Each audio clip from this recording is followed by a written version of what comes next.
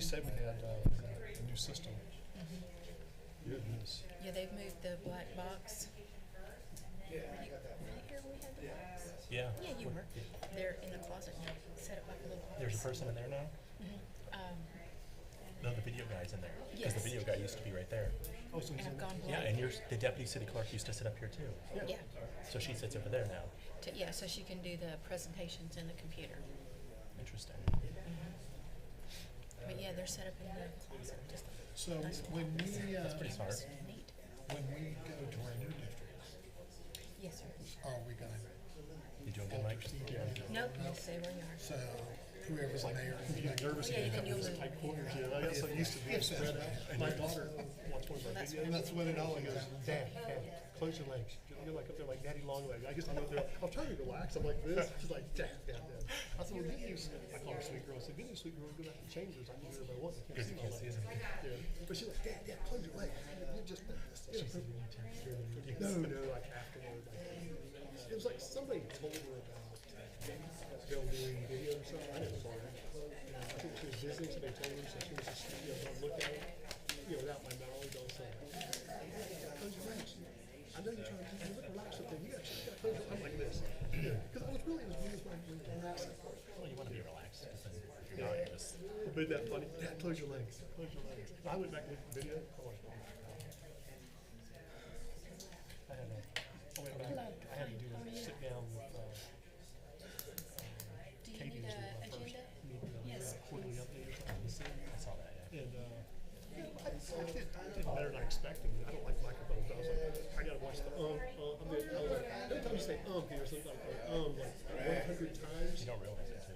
I was like, and I was like, it just tells you I'm rusty and all that stuff. I listen to other people, like, they might say it 10 times or something, but, I bet you I You're say so it 70 kind. times. Thank you. I have to catch myself. Yeah. John, how are you, buddy? Gotta get used to this shoebox again. I know it's tight in here, man. I'm somebody missing God, man. It's tight in It here. is. It moves 520. How you doing, John? Good, man. How you doing? You close up on me, man. I just told him. You be way down there, Well, man. I was walking here with our city attorney. I started over there. Yeah. BS in He's this just room. I can barely see you guys. Okay, at the next meeting. Next meeting. That's the next No, meeting. no, we have. The proclamation's in the next meeting.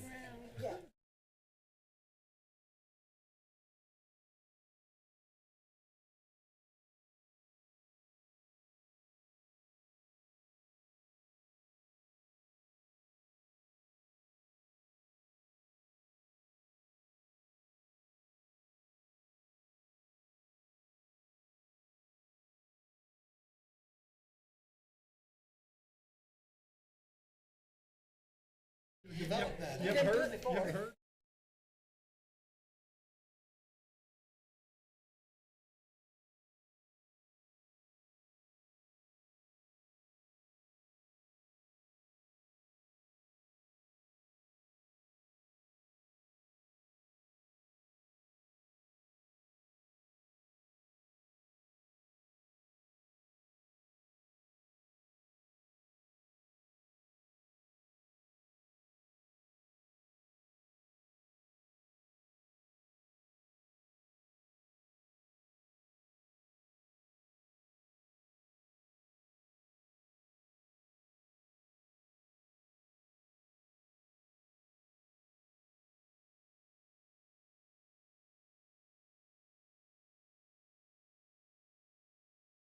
People daily. Did you get yours, No, Jay? I'm good. I'm good. Thank you. Jay, I think so. Okay.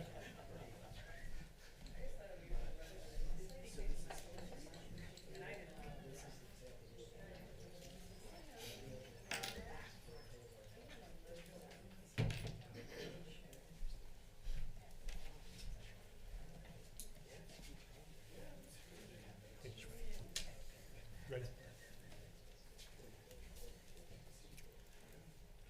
Go ahead and call this meeting to order. The Greater Leesburg CRA meeting. The date today is Monday, April 11th. If everybody please stand for the invocation and pledge. Heavenly Father, we thank you for your many blessings. We pray that you continue to bless this community and this great city. Please guide and direct the CRA board and our city commission as we work together to make our city better. We continue to pray for peace in Ukraine and throughout the world. In your name we pray, amen. Amen. I pledge Pledge allegiance to the flag of the United States of America and to the republic for which it stands, one nation, under God, indivisible, with liberty and justice for all.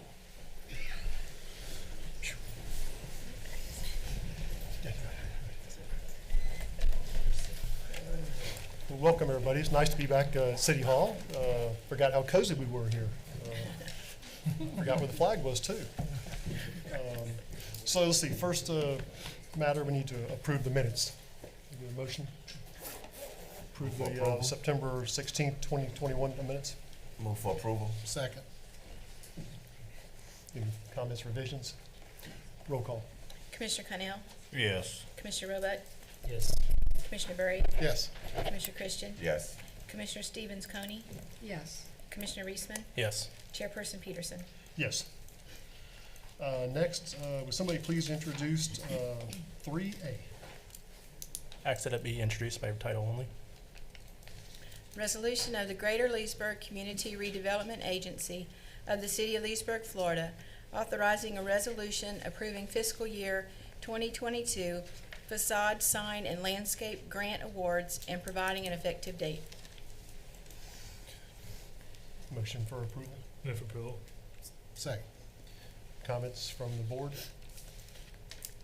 I just had a comment. I think we got an email from John Sokol today about the amounts. Notice on these grants, as opposed to the ones we did in February 14th, there's no like amounts on what the total cost of the renovations are going to be. So do we have? I mean, because we have the REC No, amount. I'm pretty sure those are in the packet, Commissioner. The total cost on the project, they're all Tom Frost projects, the 3 different buildings, and they're painting. Yeah. So, Maybe I missed it. think- I didn't see it either. it's in the Oh, here it is, here it is. it's in the application. Uh, So this is a rough house number because I can't remember. I think the total of the 3 grants added up is like just a little under 40 grand. Right, So that's 80% of 3 projects, and I want to say they were like one was 24.5, one was 19 and some change, and one was 12. Okay, John's correct. The contracts are not in here, so. They're not? We don't know The- that number, but I had spoken out on the phone. He told me. Is they were that, 100%. do you have them? The- Yeah, go ahead. That's the grant amount. He's asking for. No, it's Oh, it's just what the amount. No. Yeah, Is that the problem? yeah. And I'm just saying, because I noticed when we did on February 14th, it was more detail. That's our fault, and we didn't get them in there. Yeah, So, my other concern was, I mean, we give the funding, but, if they can't do the job, then we kind of wasted a year. That was just my concern. And I mean, we're fine with the applicant being able to complete these projects in a year with the 17, 12, and the 10, I'm good. But if they're gonna tell us that, come back next year and say, we couldn't do it, we didn't have the money, and we just could've gave it to somebody else, or gave them 3 more thousand, whatever, to make sure that the job gets done within a year. So that's my other concern. okay. Any other comments from the commission? Any comments from the public? Okay, roll call. Commissioner Roebuck, Yes. Commissioner Berry, Yes. Commissioner Christian, Yes. Commissioner Stevens Coney, Yes. Commissioner Reisman, Yes. Commissioner Connell, Yes. Chairperson Peterson. Yes. That's it. Motion to adjourn. Roll call. Oh, sorry. Look, I thought we were, roll call. Commissioner Christian, Nothing tonight. Commissioner Berry, Nothing. Commissioner Roebuck, Nothing. Commissioner Connell, No. Commissioner Stevens Coney, No. Commissioner Reisman, Nothing. Chairperson Peterson. Nothing tonight. 4 minutes, man. Keep these meetings moving. Motion to adjourn. Motion adjourned. Sorry about that. I'm just nervous back here at City Hall. That's what it is. You guys are so close to me. You got me nervous. Feel close, man. Oh, awesome. Feel close. Thank you, Ms. Coney.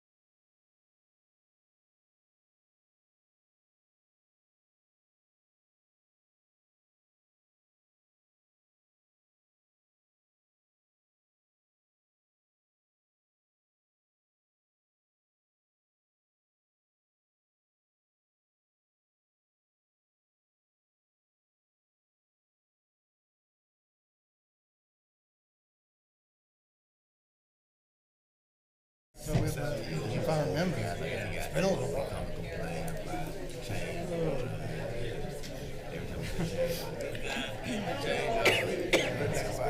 Okay, I'm not grabbing it. Watch yourself there. Oh my God. You can tell everything, man. Like, you know, digging in the ground, find out if you got mold in the ground, you gotta clean it out. You gotta go find out that thing.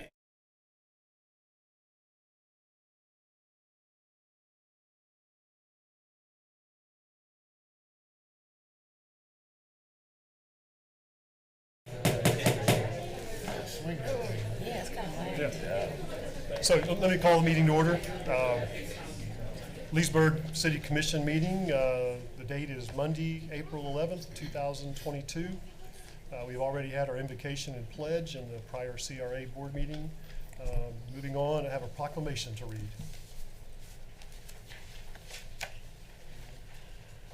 Whereas emergencies can occur at any time that require police, fire, or emergency medical services, and whereas when an emergency occurs, the prompt response of police officers, firefighters, and paramedics is critical to the protection of life and preservation of property, and whereas the safety of our police officers is dependent upon the quality and accuracy of information obtained from citizens who telephone the Leesburg Emergency Services Communications Center, and whereas public safety telecommunicators are the first and most critical contact our citizens have with emergency services, and whereas public safety telecommunicators are the single vital link for our police officers and firefighters by monitoring their activities by radio, providing them information, and ensuring their safety.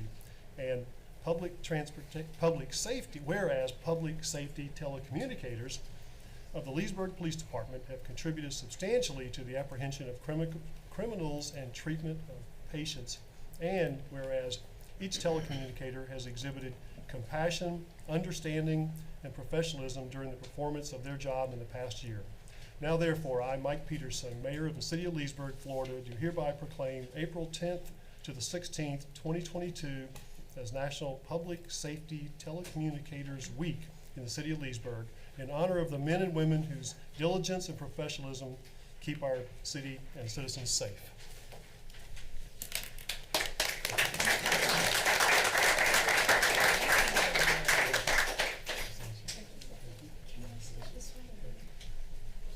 Why don't you guys go in the front? This way. Let's go in the front. Why Go don't to you the guys front. go in the front? There you go.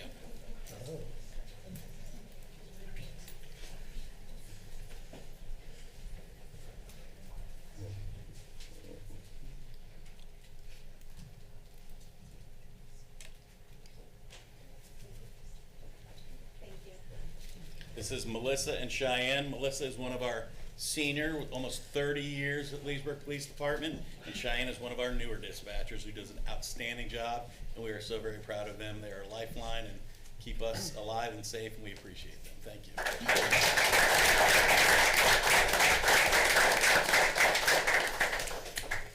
So we have a few presentations tonight. First one, Leesburg Center for the Arts. You wanna go on to it? Okay. All right.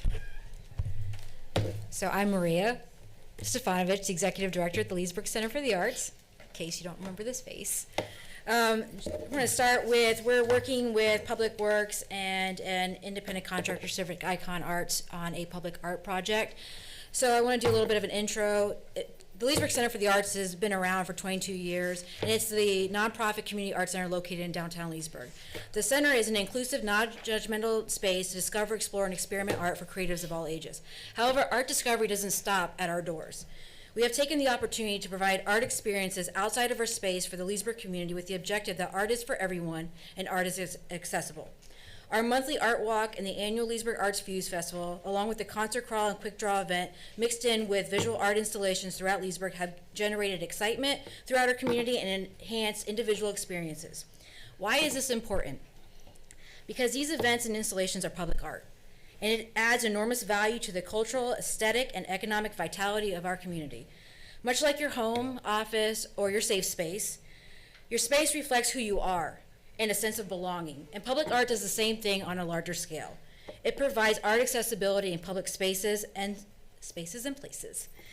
Public art contributes to our community's identity, fosters community pride and a sense of belonging, and enhances the quality of life for its residents and visitors. And as Leesburg grows, it is vital that we use public art to identify who we are and celebrate our uniqueness.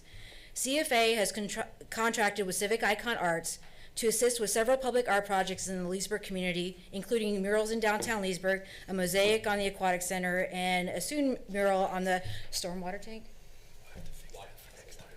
Water tank. I'll never get that right. We wanted to take it one step further and connect with the neighborhoods in the Leesburg area, invest in a beautification project that would reflect their uniqueness. So CFA, Civic Icon Arts, and the City of Leesburg Public Works Department worked closely together in the last year to identify a public art project that would enhance the neighborhood, invoke community pride, and celebrate its own uniqueness. Hand in Hand is a sculptural screening art installation for 4 various lift stations throughout the Carver Heights, Montclair, and Beverly Shores neighborhoods. And I'm going to introduce Pamela Zeljak with Civic Icon Arts here to present about this public art project.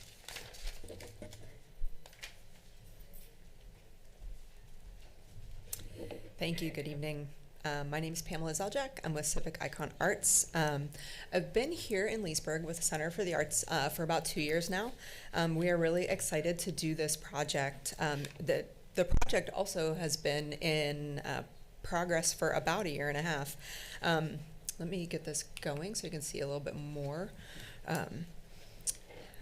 In October of 2020, we were approached. When I say we, I'm referring to the Leesburg Center for the Arts and myself. We were approached by the NEA, the National Endowment for the Arts. They said that the Leesburg area was underfunded for the National Endowment for the Arts portfolio, and they wanted to find a way to work with us to give a $10,000 grant, but we'd have to identify a project. So we had already been talking with the city, with Public Works, to try to find a public art project that we could work together on.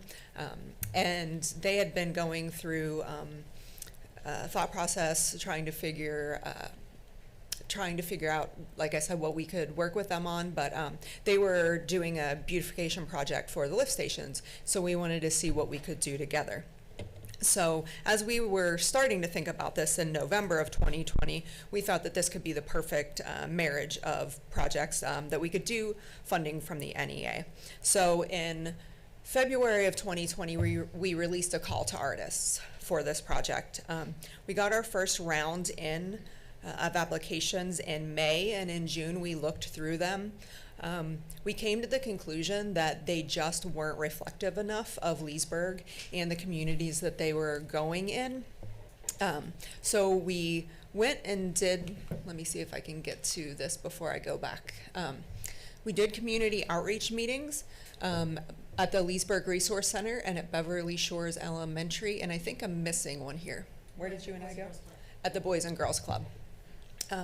We got, and you can see down here, these are the things that we asked them about. We did some fun games for the kids, and then we sat down with the adults and talked through these different questions and these different themes. And you can see here, I'm not going to read them all to you. We'd be glad to get you this packet of information later if you want to look at it more closely. But we took this and we did a second round of call to artists with this information to see if they could come up with something that was much more reflective of the community. We did that in June of 2021, and finally in January of 2022, we got back some much better concepts from some artists, and we ended up with Eric Lynn. And let me say too that the way we do this is we release it. We released it nationwide. Then we have a selection committee, and it's made up of people from the community, people from the Leesburg Center for the Arts Board, and of artists. We narrow it down to 3, and then we have 3 present their concepts. So Eric Lynn came up with this concept, and it's called Hand in Hand.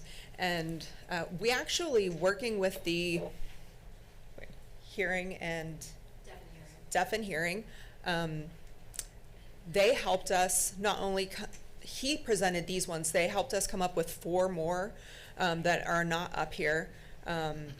They are the Sign for Hope, and there's 4 arms that are linked together like this. I think maybe you probably are familiar with it, although I'm not demonstrating it very well.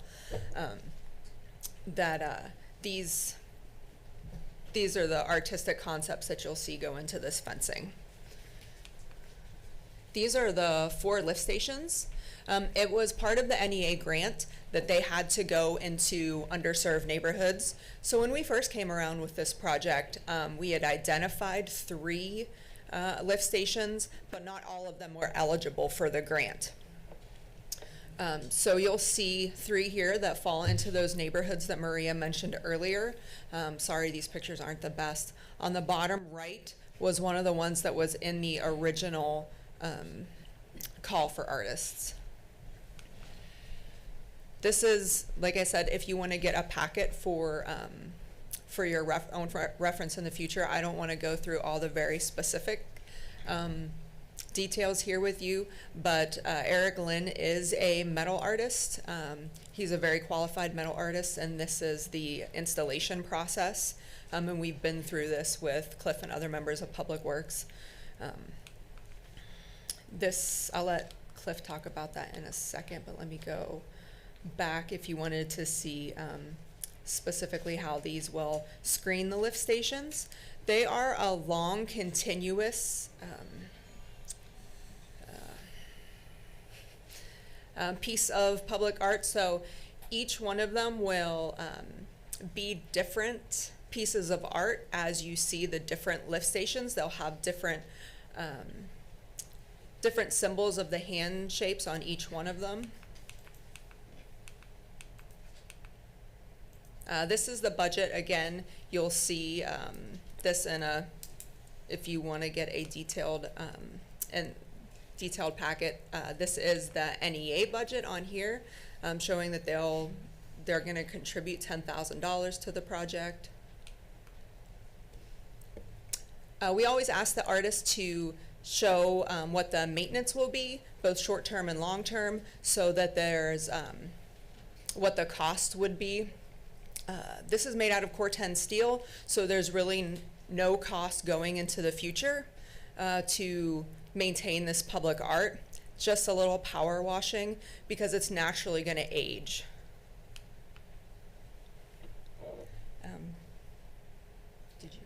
Did you want to say anything? Okay. Good evening, Mayor, Commissioners. Cliff Kelsey, Public Works Director.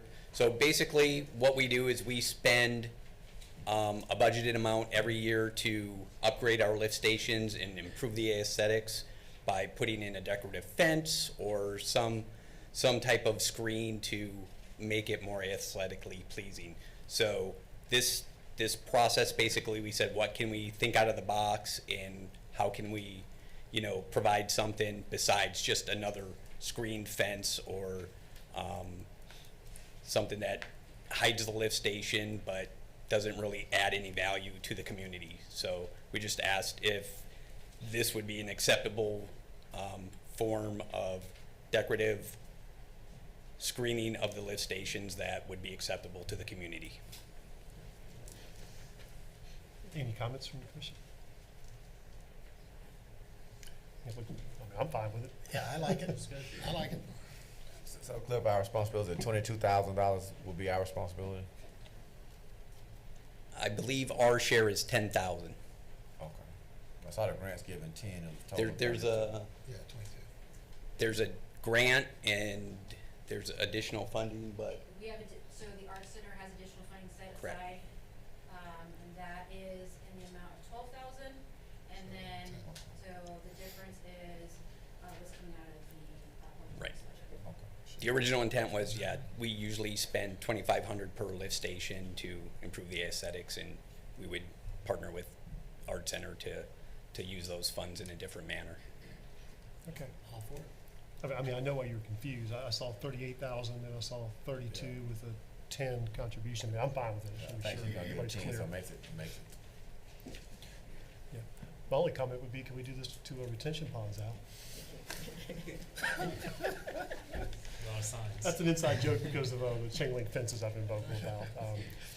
Do you have anything else, Maria? No, I'm the next presentation. Oh, okay. So, So if there's no other comments on this one, we'll move on to the next one. Northwest Central, I'll let you introduce. Okay, so we're here tonight to celebrate two students that attend Leesburg High School. Deontay Morgan and, there she is, Kylie, sorry, I'm not even looking at Kylie Jones. And I should know Kylie Jones because she's been with the Leesburg Center for the Arts for a while. So just a real quick backstory. The Scholastic Art and Writing Competition is a national competition that's been happening for 99 years throughout the United States. And the South really hasn't had, specifically Central Florida, hasn't had a region, an affiliate partner region to participate.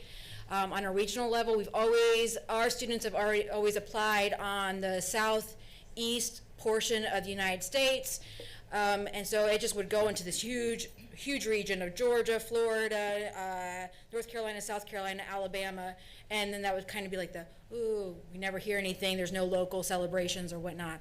So Melissa Padilla, she's back here. She has been with the Leesburg High School for 17 years. She is the art instructor there.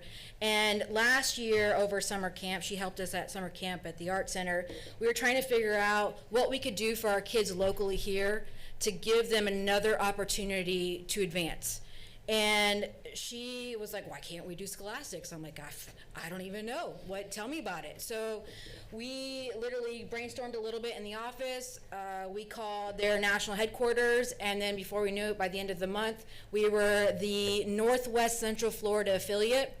So we represent Lake, Marion, Citrus, and Sumter County. And this was our first year. So we had 22 young artists that represent our area from the Northwest Central Florida region actually place in a regional award. And then out of those two, we have two Leesburg High School students here tonight. Kylie's a senior and Deontay is a junior, and they both received the Gold Key Regional Award. And what that did was that helped them elevate to the national competition. So I want to bring them up here.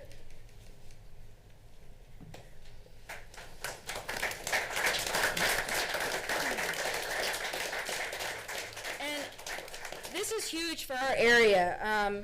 They're here to represent us on a regional level. We did have a artist out of the Fruitland Park area. She attends Villages Charter, and she won the Gold Key on the national level. And so that is all throughout this program. So I am highly delighted that this was part of the Leesburg Center for the Arts in the Leesburg High School. And I want to give Mel a chance also to say a couple of words. She said all the good stuff. Like, that's really not fair. Hello and good morning. And it all went down, or good morning. It's been a long day. Listen, we get up early here at the high school. Good evening.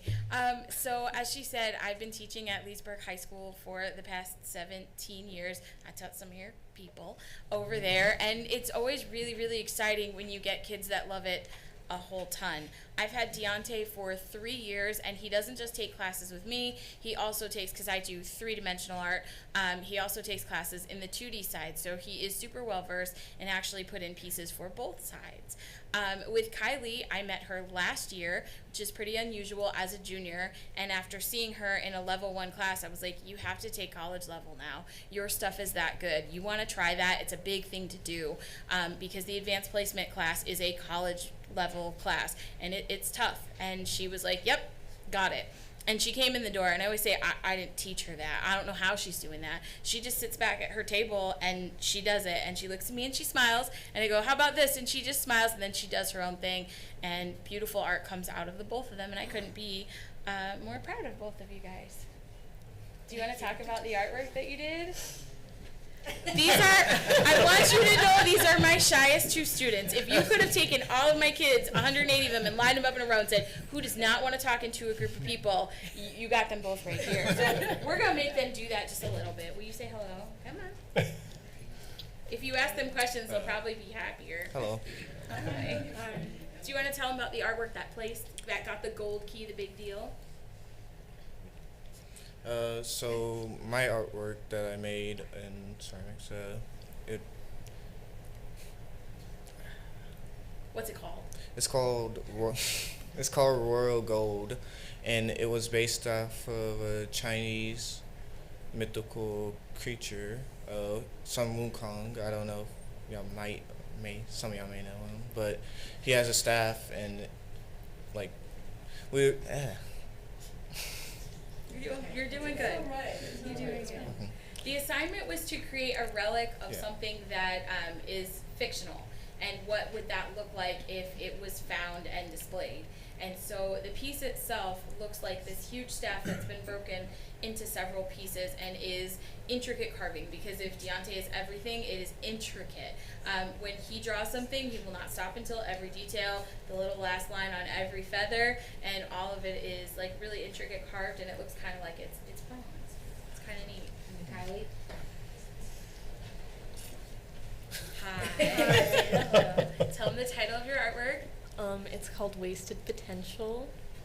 Explain what it looks like. Well, it's like a person, and he's like, well, basically his face came off and he's holding it. But it's about like narcissism and stuff. But it's about like, well, it's called like Wasted Potential because it kind of like, I don't know, it messes up like how good a person can be, I guess. I don't know. Yeah. So I want to celebrate these kids, and they took a chance, and they're representing us regionally. So, yay! They've already received their award. They got an awesome gold key. So we'd love the opportunity for them to be able to take a picture with the commission if it's possible. Yeah, that's fine. So, Come on down. ready for the picture? It's your moment. This is it. Where do they go? Where do they stand? Do you want the commission to come up here? That would be great. Or you can just stand. Oh, just stand? Stand in the front. Should have brought the artwork. I saw your artwork. Go get in there. Wait. Here, I'll Come take here. Stand. There you go. That's fine. Say, I love ceramics. Okay, say his plan. You know you're going to be on Facebook. It's just a random. Ready? Got it. 1, 2, 3.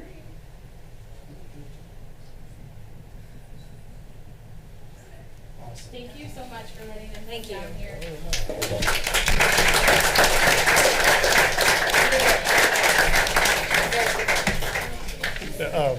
No, congratulations to both of you. Good luck. Thank you, Maria. Good evening, Commissioners. Cliff Kelsey, Director of Public Works again.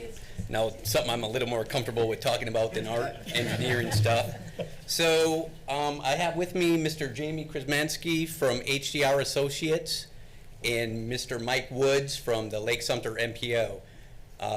Jamie's going to give you a brief on where we're at with the Main Street Complete Streets design update.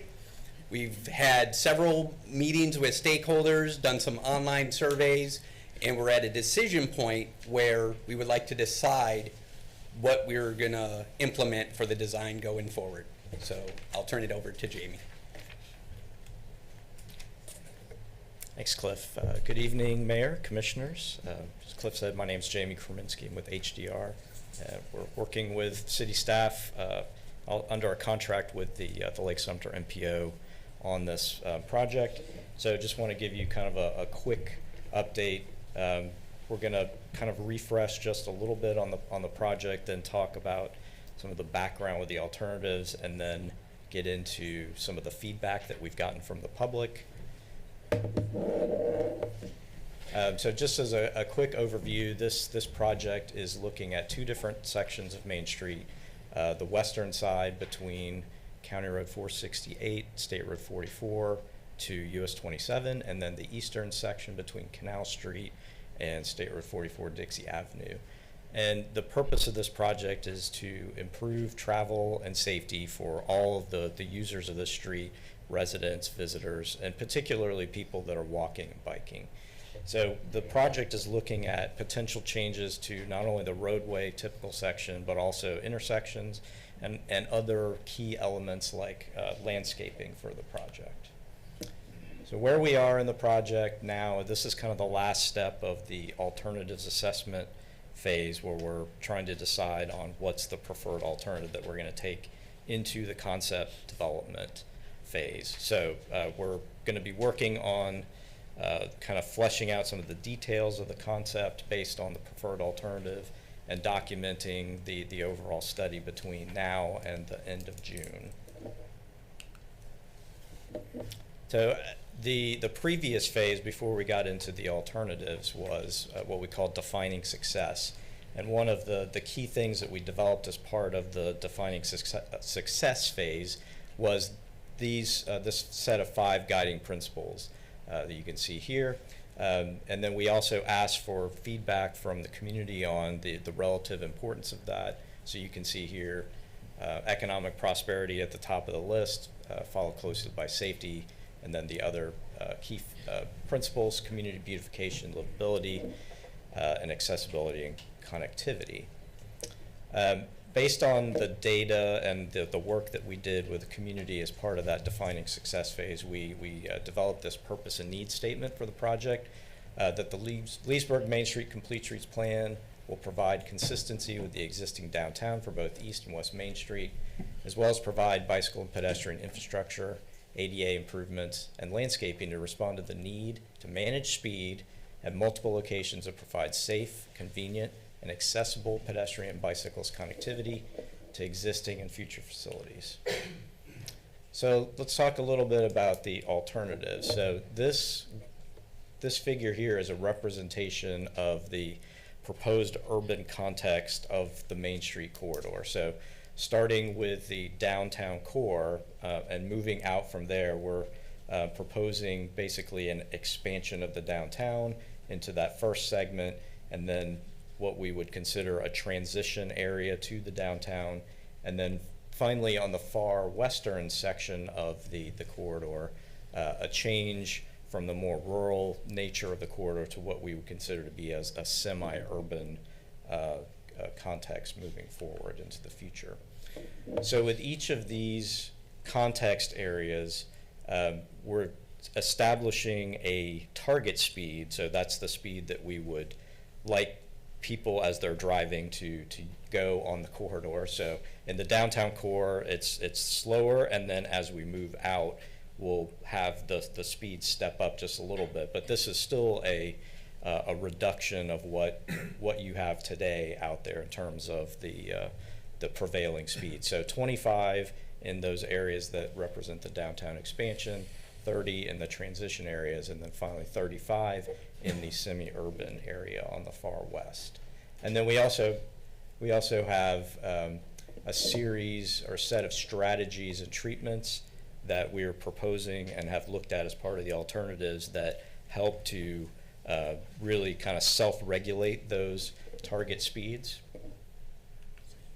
So this is the set of alternatives that were provided and were given to the public to get their feedback on. You can see each of the segments, those correspond to those context areas that we had talked about. And just as kind of a quick refresher, so the shared use path concept or alternatives that you see here, that's reflecting a space that's on the edge of the roadway that's going to be shared by both bicyclists and pedestrians. The 2 one-way bike lanes, or the cycle track concepts, is a separate space for people that are riding bikes or using other forms of micromobility compared to the pedestrian space. But those are going to be, or would be, fully separated, physically separated from vehicle traffic. So now talk a little bit about the results that we got from the outreach with the public. You can see here well, I guess maybe it's very small, but we got 165 responses to the survey that was available at our most recent public meeting and then available online. Most of the people that completed the survey either travel along Main Street or frequent the businesses on Main Street, but we did also have respondents from people that live on Main Street, work on Main Street, or own a business. We also asked about some of the treatments that are proposed as part of the various alternatives and what people thought of them. So very positive reactions to things like sidewalks, the separated bike lanes, on-street parking, shared use path, street trees. Not quite as positive reaction on things like roundabouts and chicanes and, sorry, go back here, raised intersections. So all of these treatments, though, are the types of things that are going to be effective in trying to control the speeds to what we would like on the, as far as a desirability on the corridor. So then we asked the folks taking the survey to give us their preference on for each of the segments, what their preferred alternative was. So this is the farthest west segment between County Road 468 and Thomas. You can see the shared use path kind of close with the other alternative, the two-way bike lanes, but was preferred. The next segment to the east between Thomas and Truett, the shared use path was preferred there, again over the one-way bike lanes, but there were some votes for the shared use path with chicane, which is like a lateral deflection as you move along the corridor. But that was in clearly in the third place. Segment 2 between Truett and US 27, this was actually the closest vote of any of the segments between the shared use path and the one-way bike lanes, but the shared use path narrowly came out on top for that. And then the two segments on the eastern portion of the corridor, 3A between Canal and Lake Street, the shared use path was preferred there, and very similar results on segment 3B. So we also did, in addition, I know this is kind of an eye chart here, and I'm not expecting you to read this, and I'm not going to read it to you, but we did a separate and independent evaluation where we looked at specific criteria and objectives that were related to each one of the guiding principles, and we did our own independent evaluation of that. So the key thing here is that our evaluation was in line with what the public thought in terms of their preference, with one exception, which was segment 1A, which was that's the farthest west segment. So our evaluation, we actually had kind of a narrow favoring towards the two one-way bike lanes. But when we looked at this kind of collectively, we used an equal weighting, said, we'll take our, independent evaluation, the public, at a 50-50 split. And so when we do that, it still comes out with the shared use path matching what the public had preferred. So it's shown in kind of the yellow colors as the preferred, which is a shared use path concept throughout. On those western segments, we have the ability to put a median in as well on the roadway. But we have, I believe in your agenda packet, in the consent agenda, there is a resolution of support for the preferred alternative. So basically, we are looking for, as your support on that preferred alternative. We would be moving ahead from this point to flesh out the concept and provide more details, and then that concept would be used to advance to a final design at some point in the future. So as I mentioned before, we'll be doing that and then completing all the final documentation for this before the end of June. So I guess at this point, that concludes my presentation. I'll be happy to answer any questions you might have. Any questions, comments? You had 3 turnabouts. Where were those? Okay, so yeah, the roundabouts we were looking at in terms of basically the breakpoints between some of the segments. So between basically at Thomas was one potential, at Truett is another, and then Lake Street. And so those are not necessarily finalized. We're still going to be looking at them because Thomas and Lake both have some challenges in terms of the larger trucks that may be making turns there, and for us to be able to accommodate those movements within the available footprint right of way on the street. Truett is probably a more realistic option because of the space, and there's a kind of a triangular piece of land that allows us to have something a little bit larger there that can accommodate the appropriate movements. Just as a question, was Yes. there any, did anyone look at Dixie in Maine as a potential roundabout? That one hasn't been looked at this point. That's something, we still could. That one would be a larger size roundabout because Sure. Dixie is a 4-lane divided, but Just with the two lights so close, that's, yeah, as and someone the that one, lives out there, that's a, the that's one, just a the one mess. challenge with the closeness of the signals is that if the traffic from 441 backs up, it may back up into the roundabout and, block other movements, but. backs up into the intersection Well, now, so, good point. Anyway, yeah. Excluding the roundabouts, do we have adequate right-of-way for this road project? Or do we have to Yeah, acquire more? we're going to be working within the existing right-of-way Okay. footprint. We're not planning That's what I on thought. acquiring I any had that. right-of-way. And even the roundabouts, we're still trying to stay within the existing footprint where you wouldn't have to purchase additional property. Are you talking about eliminating then on-street parking? They're There's a lot of it. Yeah. So I own about 90% of the north side in your segment 3A, mhm. and that we have lots of parking there that's used every day, Mhm. so I can't have that gone. I'm very concerned about the amount of semi-traffic, not just us, but then Catrali to the other side of Lake Street.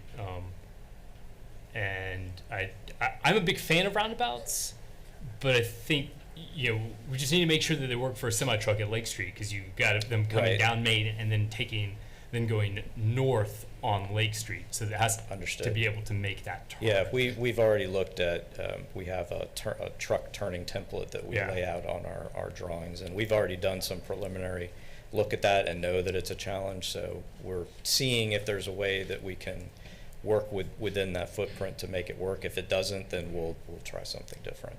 And that would be what's the street that Public Works is on? That side street. 27. East below. Street. East Street. East Street. Yeah. So for me to support it, I would want us to insert in there that between East Street and Canal, they prioritize commercial traffic before your bike lanes and your paths. Like, it may have to go there, because I just don't see how you keep parking. You do that and you leave two 12-foot wide lanes, and we need 12-foot wide lanes. Yeah, I mean, We move oversized loads every day. I guess the existing section has space on the outsides of the curbs to allow for, this path to be completed in that space. So the plan is not to go in and start taking away parking. Okay. What we may do is define some of the parking a little bit better, particularly at the intersections, and bulb out so Yeah. that you're reducing And I'm working with the crossing county, because when the distances. county repaved, they failed to put back a lot of the parking. So there is if you look at a Google map overview prior to their resurfacing, that's the parking that is supposed to be there, not what is today. And they're working with the contractor to re-put some of that Okay, back. good to know, on good there. to know. So that would just be my only concern, is that we prioritize the commercial stuff that's in that corridor. Makes sense. Any other comments?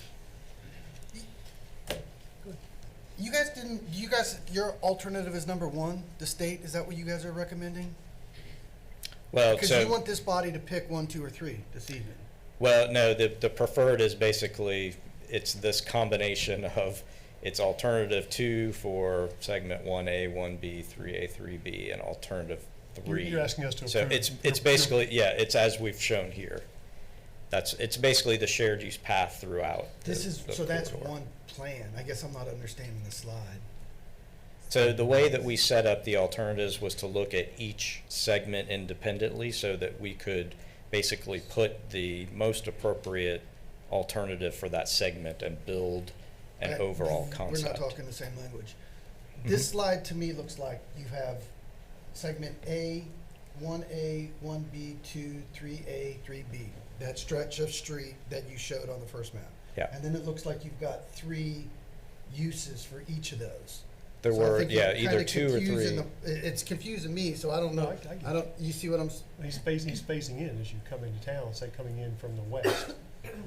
There's different levels of. I don't get it. That's, because your presentation's like totally different than the one you guys did with the Venetian Center that had the cross section. That's so. Do you have those as magnums? I do. They're, can you exit out of the presentation mode and just So set the- so what you're saying.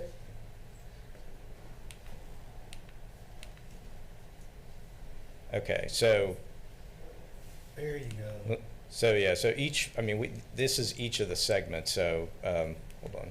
So this is the segment 1A, alternative 2. This is the shared use path. You can see on the north side of the roadway is the shared use path. This also has the medians. If I go to, this is the same alternative in segment 1B, shared use path on the north side with the landscape median. So it's continuing the same section, essentially. When we get to, now there was a third alternative that had the chicanes. When we get to segment 2, Will you show a segment that has a chicane? so the chicane is basically Or when the you start- curves back when you and start forth. getting Yeah. weavy, Just Yeah. slows up the traffic a little bit? Is Right. that And it probably wouldn't be quite that dramatic. I mean, that, but I- you know, I- we I it would understand. be. I got it. I got it. So back to your 1, 2, 3 slide. Oops, sorry.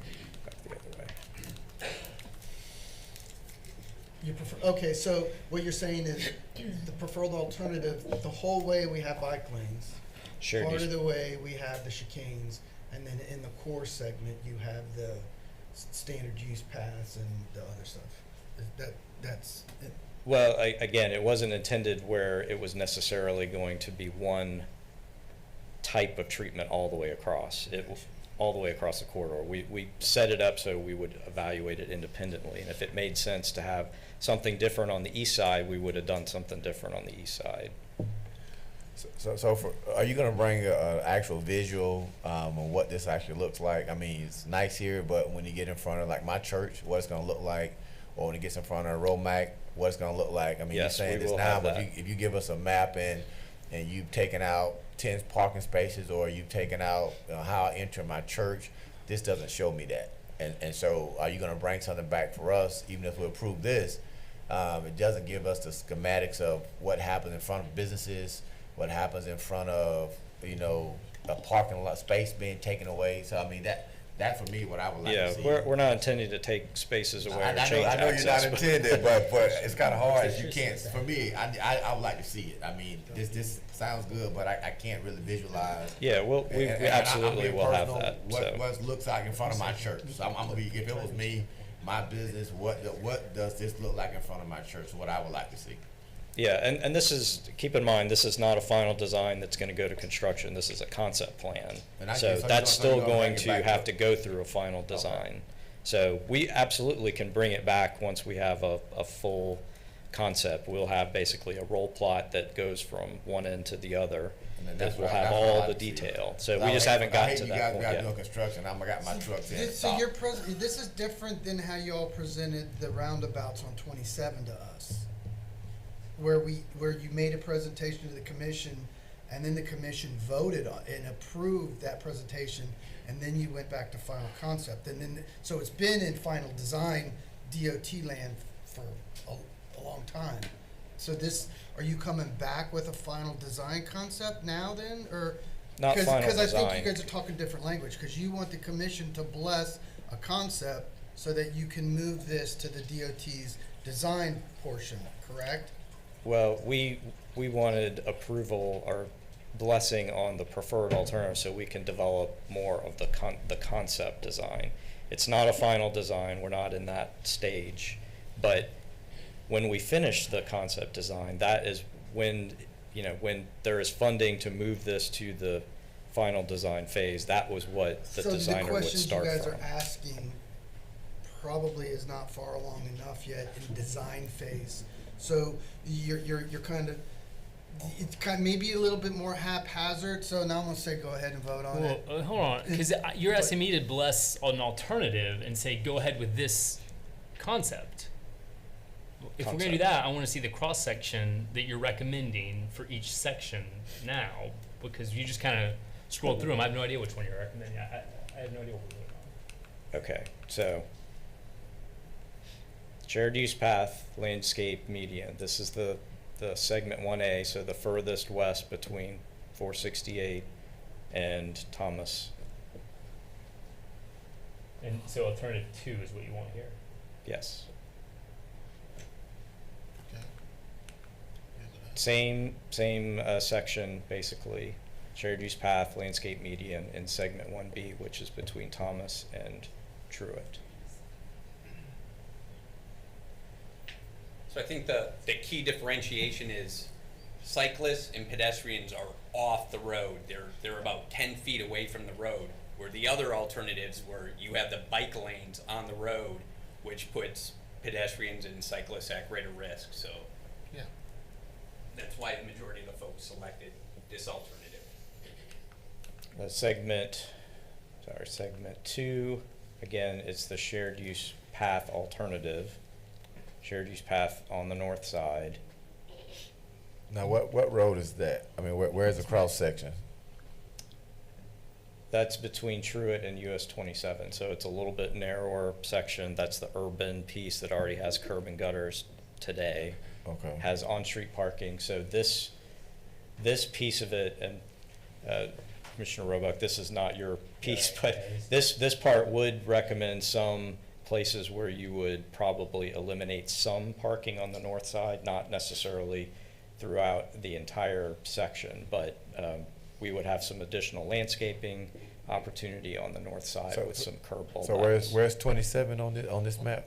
Is that right? At the end? 27 is the eastern limit of this particular segment. I don't know if the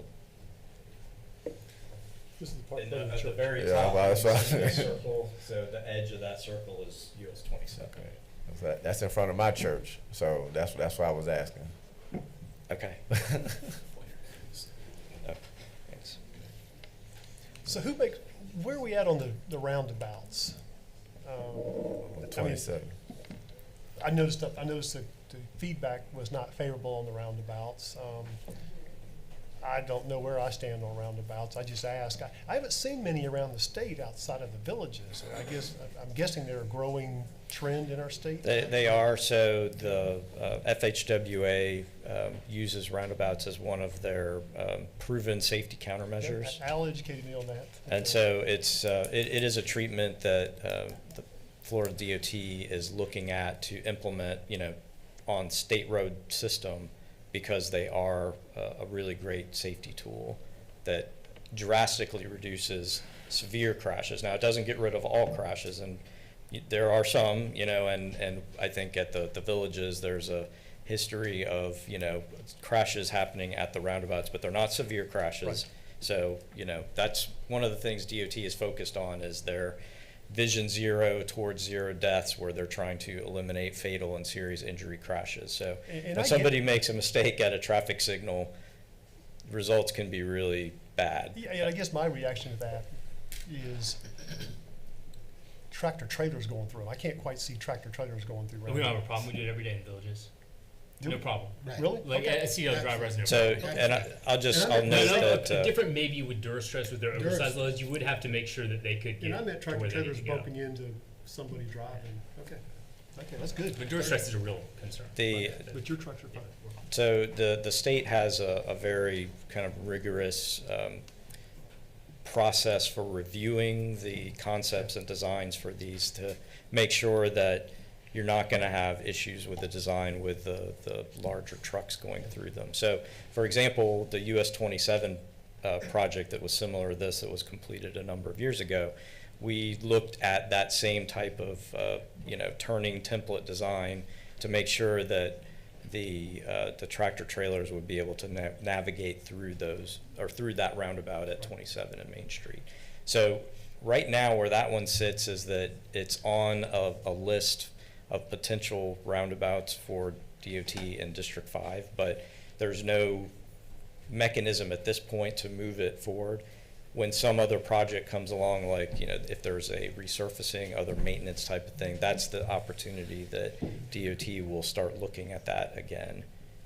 But they're well aware of it, and Mike from the MPO and I've been kind of in DOT's ear about this, you know, at various points, so to make sure that it's still on the radar. Okay. Any other comments? So this is the one that I have a problem with, because I'm looking at it and you've eliminated all my parking. Again, don't. Yeah, I know, but it's just. The intent is not to eliminate right, parking. The intent is to. There's about 4 or 5 spots. Yeah. Right now there's about 30. So that was just I'm just stressing, like, we have employees use that every day. Understood. So. But otherwise, I mean, as long as there's a way to maintain it, no problem with the concept. So you would be coming back to this body with approval of the final design? We can, if that's what you would like. I would suggest you do that, if you want them to approve the design concept. That works. Okay, that sounds good. Any other comments, questions? I would just make a recommendation. that you Just add as, language to the record. part of the record, when we talk about the roundabouts, the decrease in accidents, is it relative to say that there's about a 35% decrease in traffic accidents as composed to traditional intersections and a 90% reduction in fatalities? Is that accurate numbers? Typically what I've heard is like 75 to 90% reduction in serious injury crashes at roundabouts. Now it's obviously going to depend on the configuration. Roundabouts like what we're talking about here, not including the US 27 intersection, are single lane, very simple. Roundabouts like what you see in the villages where it's a 4-lane intersecting with a 4-lane, or US 27 and Main Street, those are going to be a little bit more complicated. So it was pretty cool. So I think Commissioner Christian and I were probably the only ones on the commission at the time when they did the original presentation. They took actual traffic flows from those places and ran it through at like rush hour and showed, well, here's what it looks like with a roundabout on your flow, and here's what it looks like with a light, and you're actually getting a lot more traffic through in addition to the fatality issues. So, and I guess what I'm saying is I'm in favor of those. Period. I mean, I don't know. I guess I'm completely confused with the presentation, and I couldn't recommend any of the options because I just don't think there's enough information, in my opinion, presented to us to give them even any direction on what option to go down. I mean, I don't know if we're calling this for a vote tonight. I don't. I know it's not on as a No, vote. it's on. It's 5C1, which we're pull now. Is it on the consent? Yes. Yep. Okay. So you Okay, we can discuss we can it. talk about Yeah, that. sure. Okay. Anything else? Okay, thank you very much. Thank you. Thank you, Cliff. Okay. Moving on to public comments. This section is reserved for members of the public to bring up matters of concern or opportunities for praise. Issues brought up will not be discussed in detail at this meeting. Issues will either be referred to the proper staff or will be scheduled for consideration at a future city commission meeting. Comments are limited to 3 minutes. Good evening. I just wanted to make you aware we had a community cleanup on Saturday, and we cleaned up 8,450 pounds of trash. We targeted 3 different areas in the communities and trails and things like that, and we had about 44 volunteers. So a huge shout out to the City of Leesburg, Public Works Department, and Keep Lake Beautiful for all their help. So thank you. Thank you, Alan.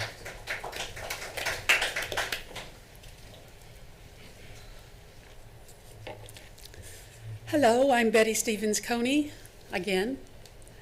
As most of us are aware of the dreadful fact that Ken Thomas is leaving our city for a position in another city, this is saddening to our community.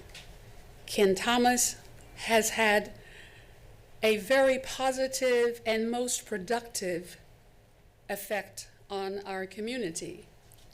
He is a person that has kept up to date on research and development for the whole of Leesburg. He has become a member of our family in many ways.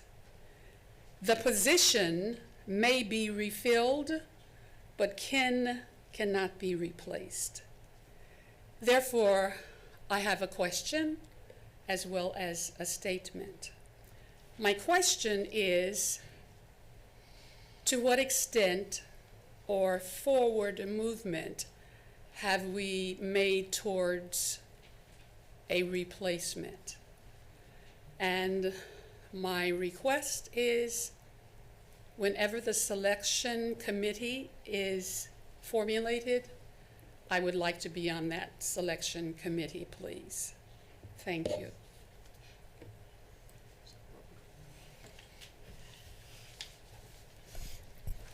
Yeah, Ken did submit his resignation, I believe it was last week.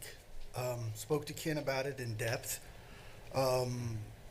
Ken ultimately decided it was in his best interest to leave, so respected his decision. As far as a replacement, typically we don't have a hiring process, a formal one, for department heads. That typically falls under my responsibility as your chief procurement officer, if you will. Ken realized the sensitivity of Ken's position. In the past, when we have hired high-profile department head positions, we haven't typically had a selection committee. I will say I have not been consistent with it. When we hired, and typically high-profile positions would be your chiefs, fire, police. We have hired one of each in my tenure. And then the deputy city manager position, which we did have significant community outreach for. When we hired that position years ago, we did put, although we didn't have a committee, I did put together a community outreach kind of presentation where the potential deputy candidates went through, I think, kind of an all-day session where they met department head, they met the team, and for that position, we did kind of a community stakeholder interviews, and I think we met with the partnership, the chamber, and some different groups, kind of everybody got to probe the deputy, and then we did that. As far as where the process is now, I have worked with HR, so we should have that process advertised. Melissa, is that out yet? Has it? So we should get that advertised here very soon. As far as the selection process, I mean, I'm open to the concept of having a committee. I think at the end of the day, the committee, I'm happy to sit down, introduce, and vet the candidate publicly. At the end of the day, though, that decision's going to rest with me. So as long as folks who come in on the community, a committee understand that the sole decision lies in my authority, and I don't mean that to No, I mean, warn off. I'm happy for any input, but at the end of the day, it needs to be the manager's decision on who they hire. And as your manager, I'm happy to take public input, obviously. But at the end of the day, that sole decision will be made by me, and I'll make that hire. And at the end of the day, the members on this body judge me for who I hire and the performance. So all that to say, we will get the ad out ASAP, and I'll be happy to meet with Ms. Stevens, get input, as well as in his, I know Commissioner Christian in his pastoral forum has a lot of input in that department. So I'm happy to take significant input and have a selection review process. So I think as we move forward, those things can obviously be ironed out, and I'll report back to the commission how we move along to fill the position. Yeah, and I'll just add to that as a commissioner, we don't get involved with this process. I mean, we don't oversee or involve ourselves in interviews. So I'm not sure how appropriate it is for the public, but that's just my comments. Having said that, the public can recommend candidates for the position, and put their name in the mix. And I just think, And I agree with Al. He is the final decision maker. But I think it will be good as we do other things in the city to hear, because this person will work hand in hand, unlike most department heads. They don't really come to community meetings. They don't deal with redevelopment from particular people. And it's a particular Kansas CRA person who's dealing with not just 441, but also Montclair, Carver Heights, and Pine Street, Main Street. So this person's going to have to be somebody versed in CRA. So I don't think it's going to hurt for the community to sit in on interviews and vet candidates, ask tough questions Al may not ask or want to ask, but know who's working with. We get a person in here who doesn't realize I'm going to be stationed in Montclair. I don't want to be in Montclair. That person may get hired and quit because they don't want to see people walk off the street and say, hey, can you help with my rent? Can you help me in Miss Paul Simmons? Does this person realize that you got to go to Miss Paul Simmons 11 o'clock at night and deal with the tenant issue? That person may not want to do that. So I think it won't hurt. The committee should know that at the end of the day, Al's going to be the one to make the decision, not the commission, not the community. But I don't think the input will hurt at all. I think Al's strong enough and tough enough to sit in a room with community people and say, hey, this is my final decision. I like your input. Thank you for your questions. But at the end of the day, that's because he's got one that has to manage them. And we're going to say, Al, your guy doesn't, your lady doesn't do good. And then Al's going to say, well, the community told me to do it and I did it. And so we're going to still blame Al. So he knows it's his responsibility. But I think it's good to hear from the community. And I think, Commissioner Christian, that really in a nutshell, the processes are different for department heads. What makes it different is the amount of community outreach that department head has. So typically your deputy city manager, your city manager, your fire chief, your police chief, and your housing director has significant community contact versus your IT director. Sorry, Tino, I didn't, Tino gets yelled at internally, but, he's, typically Betty's not going to be someone who's going to yell at him. So when you get those high profile positions, I think it is wise to get input. So happy to do that. Any other comments? Okay. Any other public comments?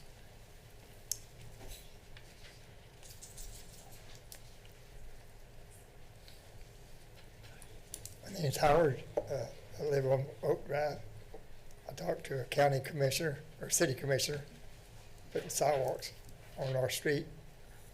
30 feet right away from the middle of the road to the past the edge of the road.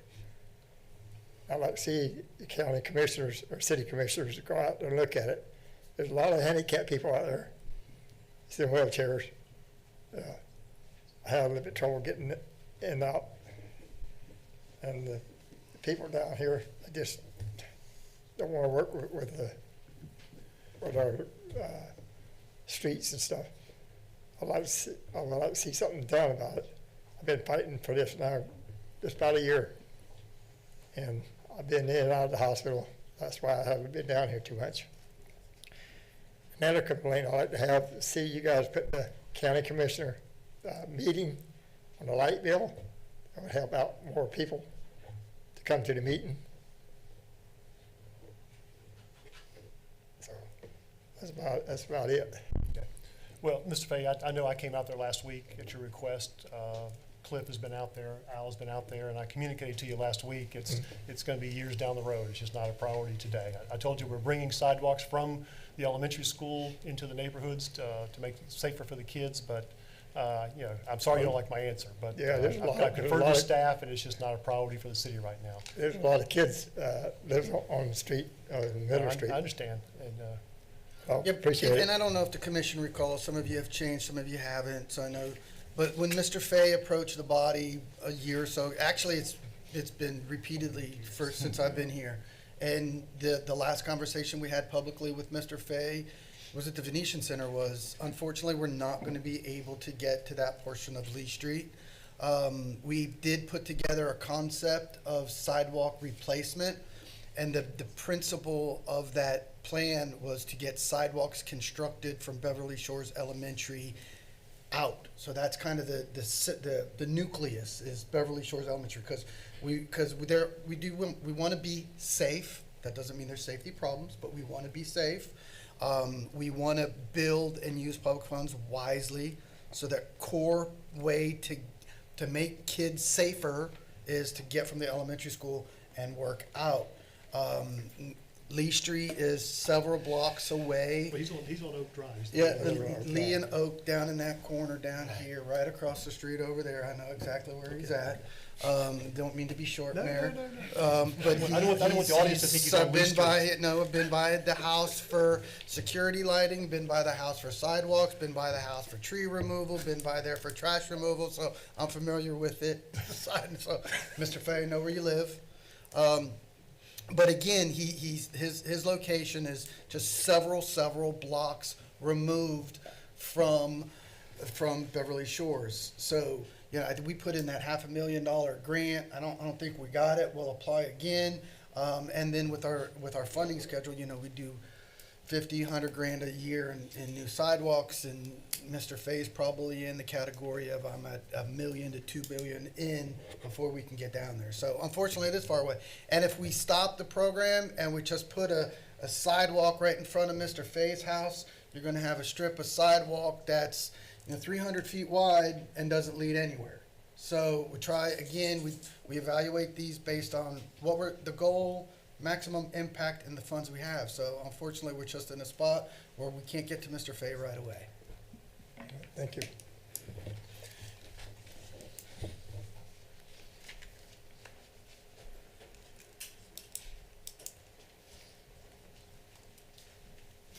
Mr. Mayor and Council, thank you for letting me represent our Leesburg Shuffleboard Club. I'm Gail Howell. I'm currently Vice President. I have been President for a few years. And we want to thank you for keeping our courts as nice as they are. You supply the material, we do all the work. But it is a lot of work. But what I'm here for is that we are having our Masters next year. And I don't know if you know anything about the shuffleboard courts, but we have 24 courts, which are fast, they're great. They're one of the best in our whole league. We have about 20-some teams in the league. 8 of them are main teams. And this year, we had 9 people represent the Masters. I was one of them, but I didn't play because my grandson was swimming in the NCAA finals in Indiana, and I went to see him, and he did really well. But that's beside the point. I could have played. I missed it, but he was more important. Anyway, we have, the Masters is a two-day affair, and it's next March. And we have no problem with the courts, but we have a problem in that we have no place to have our banquet. I was measuring the courts for possibly a tent when one of the policemen came, and I felt like I was going in and had to unlock the gate and told him what I was doing. Well, we can't have the tent because tents cost $1,700 and we don't have that. But he suggested that I come here. We checked Venetian Gardens. We figured that was a nice local place, but we will have up to 100 people. I think they had 75 this year at Masters, and they had sandwiches, and I don't think that's very nice. I think we should have a dinner. I think we should have our entertainment. We should have our awards. We should have a nice affair for these 8 people who are the amateur men and the amateur women and the pro men and the pro women. We have 32 players. We have probably up to 32 pushers who I will shove our disc down the other end and they push them back. We have all the helpers. We have the people who manage the affair. So there could be up to 100. If we have a place at Venetian Gardens, which we can get, they tell us that if we have more than 50, we have to have it catered. Well, I checked in the catering, and one was $28.88 a piece, and the other was 15 plus taxes and gratuities, and we can't afford that. So what I'm asking is, can you help us at Venetian Gardens? We don't mind the cooking. We have husbands and wives who can serve, but we can't afford to pay for catering. We have more than 50. I live at Scottish Highlands, and we can have it there, but I don't want to do that because it's a Leesburg-sponsored event, and we tried to help others. We had a couple people from Beacon College come, but they didn't do it consistently, and I probably should go and investigate more, because these kids would benefit so much from the activities. It would be on a Saturday or whenever. We have 2 little kids who are homeschooled. They're 11, they're twins, and they're getting good. And this is wonderful. My granddaughter, who lives in North Carolina, comes down occasionally, and she's 6, and she can play. She got it in the 10 one time. So it's a good sport, not just for the seniors. Of course, it's wonderful for us, but it's really for everybody. And I really want some help knowing where I can get a place to have our dinner. We have the courts, which are great. We're going to Nella seal them again. You guys pay for the Nella seal. We do all the work. The district gives us $200, which of course doesn't go far. And we don't mind some expense, but we can't manage $2,000. So I'm asking for help. I don't know what else to do. Our police chief came over, your police chief came over the day we had our state meet, and we had a problem with the toilets, and it was awful.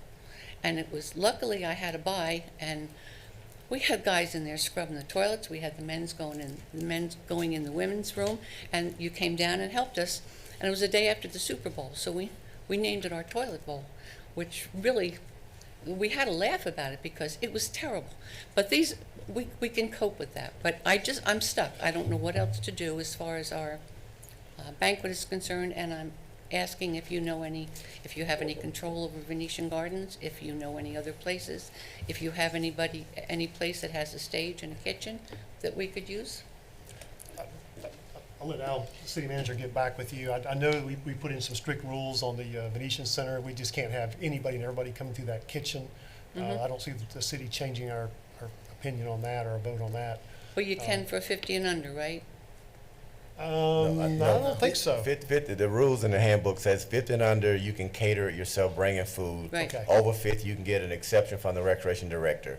That's what the City of Yeah. Leesburg handbook says. But 50 and over. Plus, I read stuff. it. Okay.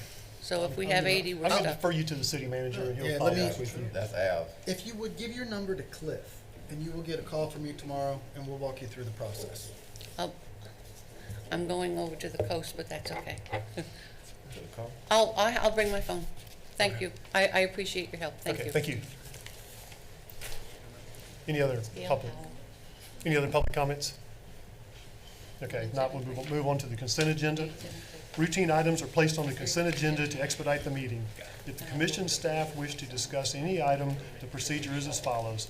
Pull the items from the consent agenda, vote on remaining items with one roll call, and discuss each item pulled and vote by roll call. Any items the commission is going to pull? Yes.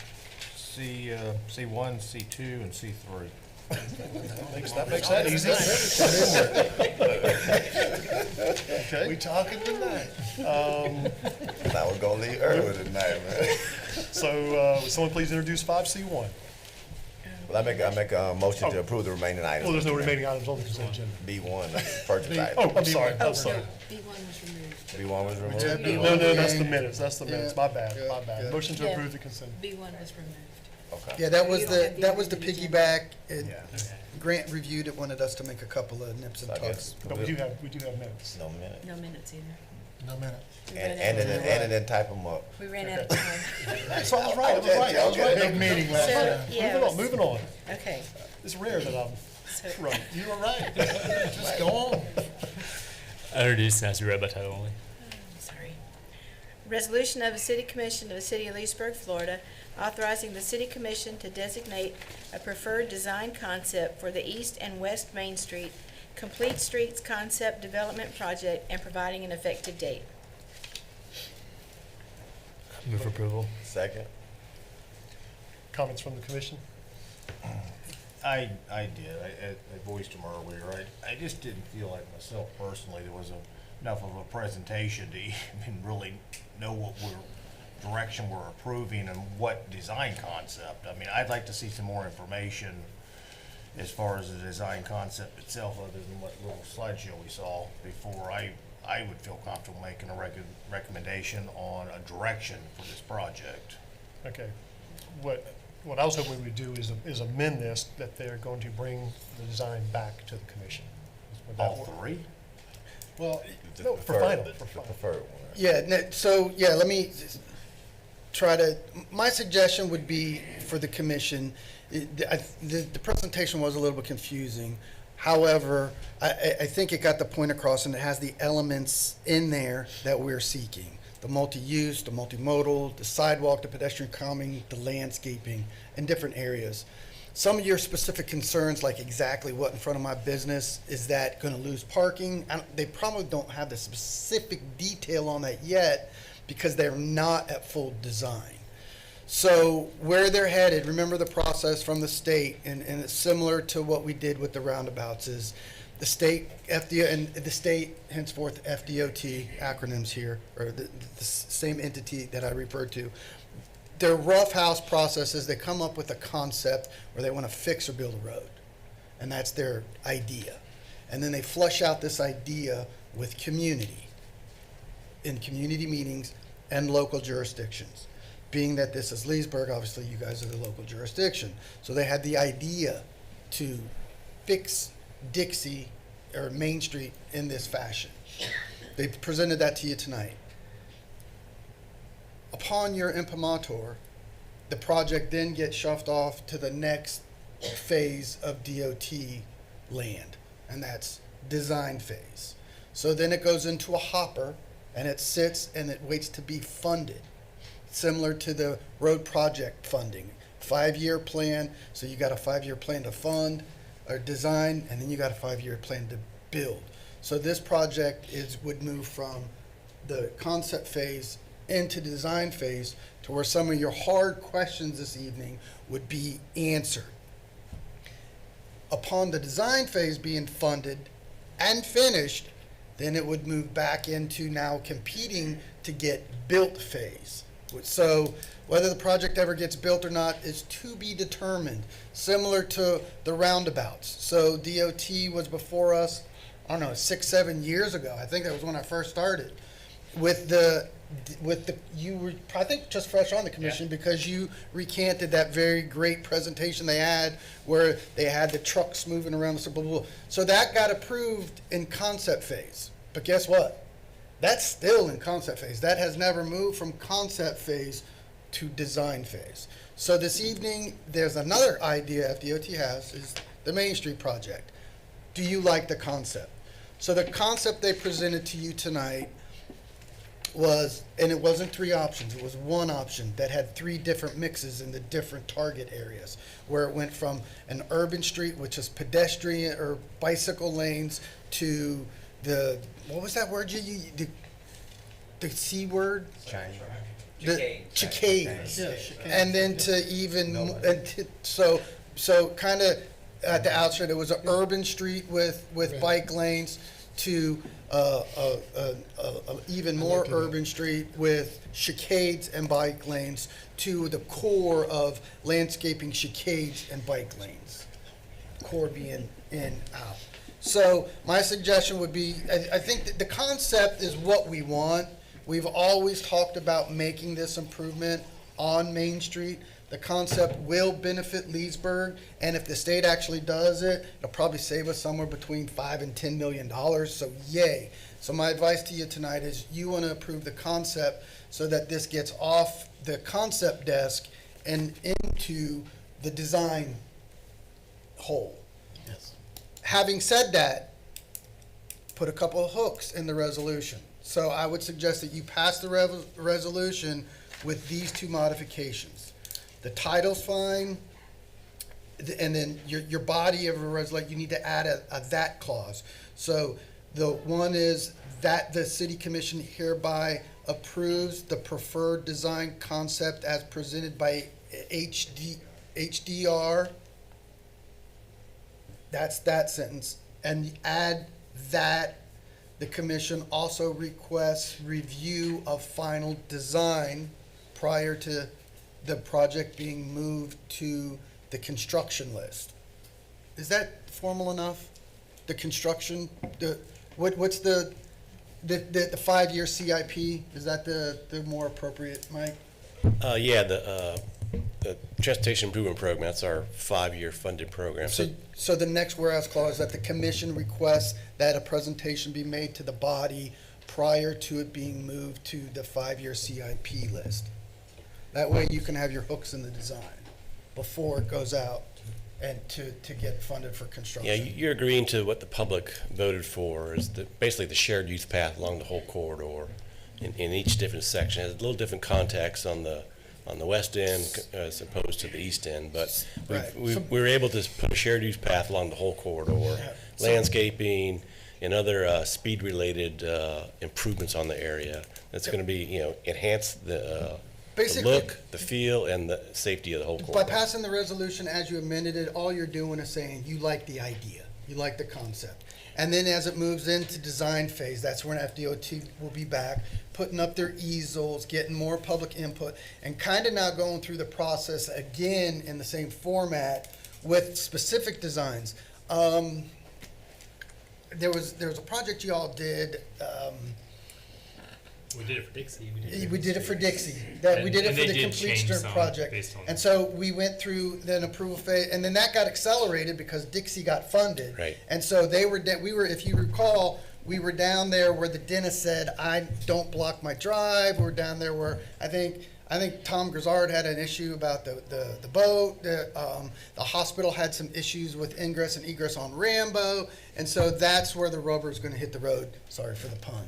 But for the purposes of approving the design concept, it's pretty much what we've talked about. It's what we've want. It's what we flirted with putting in our CIP. So I would say approve it with those changes. And Well, it sounds like those changes are part of the process. Yes. So do we need to amend the motion? You need to amend. And I amend the motion with what the city manager recommended in those 2 statements. That way, that way the state gets what they need. They know they've done it through. They've got the design. They got the concept phase complete, and then there's a note on somebody's desk that when they start drawing, Leesburg's going to get real particular. That's the marker that you want to send out. I'll second the amendment. Okay. Any more comments from the commission? Comments from the public? Okay, roll call. Commissioner Christian? Yes. Commissioner Berry? Yes. Commissioner Roebuck? Yes. Commissioner Connell? No. Mayor Peterson? Yes. So now vote on the original. Yes. Okay. Now I need a motion to approve the original resolution. You already have that motion. Yeah, you have that. I have that? Yeah. Okay. Okay, will someone please introduce 5C2? Roll call that. Good to vote. Roll call. I can get you confused there now. Okay, roll call. Commissioner Berry? Yes. Commissioner Roebuck? Yes. Commissioner Connell? No. Commissioner Christian? Yes. Mayor Peterson? Yes. Okay, sorry, folks. Someone please introduce 5C2. Introduce 5C2 and recommend it be read by title only. Resolution of the City Commission of the City of Leesburg, Florida, authorizing the mayor and city clerk to execute a 4th amendment to the amended and restated ground lease between the City of Leesburg and Ski Beach Bar and Grill LLC, FKA Venetian Garden Site Holdings LLC, and providing an effective date. Move approval. Second. I pulled this. I just wanted Al to kind of just give us a little bit of an update on why we're amending this again. Okay, this is the 4th amendment. Hopefully, it's the last amendment. And I think the bottom line on this is just a show of good faith by the city that we want the restaurant to be successful and given Randy Quintes and his crew everything they need to do that. As we embarked on this journey, I don't know, it's been 2 or 3 years ago when we started out with the Boyd Development Group and Thad Boyd, who brought Randy on board. And as you all know, Randy's the proprietor of Eaton's Beach, and the concept from the get-go was to kind of create a duplicate that restaurant on Ski Beach, and it was received very popular.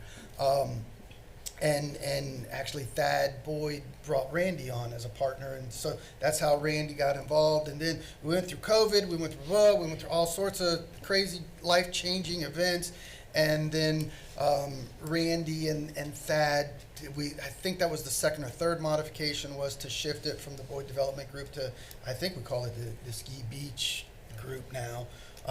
But in any case, that after we got all that done, with cost escalations and different stuff, Randy approached me several months ago and said, hey, I want a lease amendment. And my advice to him was, don't do a lease amendment yet, Randy. You're not even out of the ground. You really need to show the commission some good faith. We've made a number of different changes, Amendment 1, Amendment 2, Amendment 3.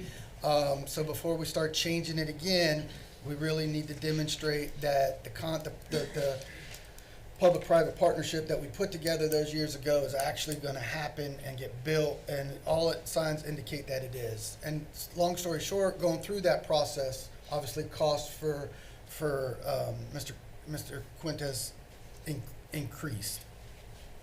Having said that, they presented me with a concept to extend the lease. I believe it's a 40-year lease now. The mod is a 2 10-year extensions. They were very specific about price. I felt like those are extremely unfair to the city. We developed the lease concept kind of like we do with the airport, where a proprietor comes in, they get an extremely attractive rate on the front end for land. We flirted with selling that property, if you recall. We didn't want to do that, and so we backed into the airport lease concept, where we give an attractive rate on lease. They invest in the capital of the construction of the facility, and then at the end of the lease, that asset becomes ours. So we modeled that off airport stuff, 40-year lease. Because of the time changes, these type of things, they asked for some additional time on the lease. Frankly, which I balked at my level before it came to you, and to out of compromise and to keep Randy moving forward, modification number 1 in the lease is the right of first refusal, basically for the petitioner, Randy, to negotiate in good faith and 40 years from now on an extension of the lease. We're basically giving him first right to renew and extend that lease to get it to a 60-year period versus a 40-year.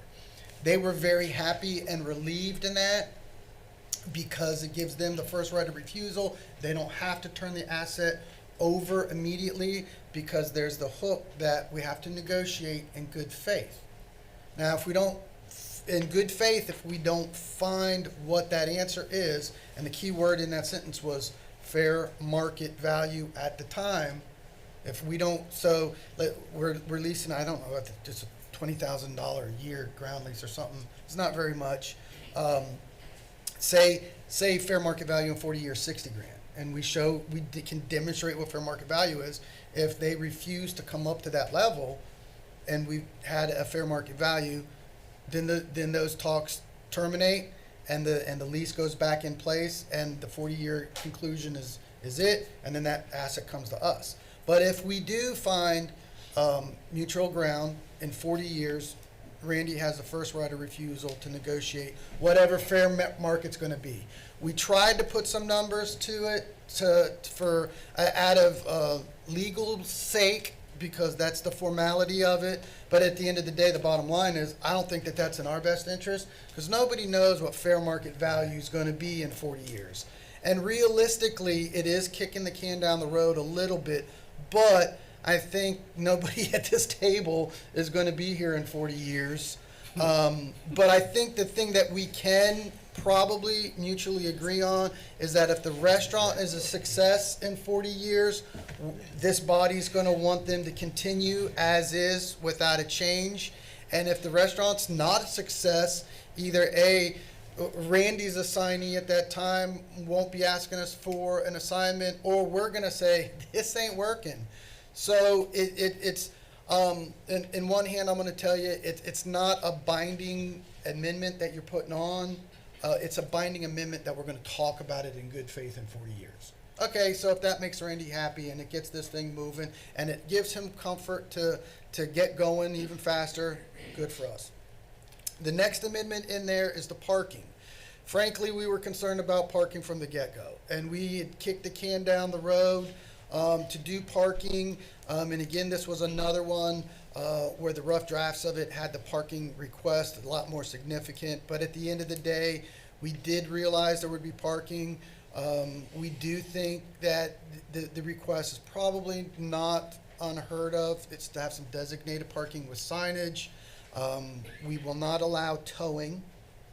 And I think at the end of the day, should the restaurant be a success, which we anticipate it will, should the improvements that we put into Pat Thomas be a success and bring more activity, which we anticipate they will, in your CIP, should the marina expand and have more traffic, which we think it will, and should Venetian Center be the way it's going, continue to be a success, we're going to have parking issues. That is a good issue, and it's going to leave us probably to push us to talk about parking probably in a year or so. When we got into this way back when in conceptual phase, there's a clause in that lease that gives actually the developer the first right of refusal to talk about site number 2 of a restaurant.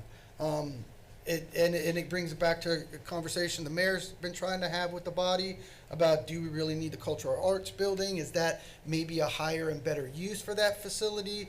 So my recommendation to go ahead with this agreement does kick the can down the road a little bit in terms of parking, but it also recognizes that I anticipate that the things at Venetian Gardens are going to be successful, and that we're going to need to talk about parking. So letting him have the designated parking in that area doesn't really hurt us. It's an issue that we're going to have to face sooner or later.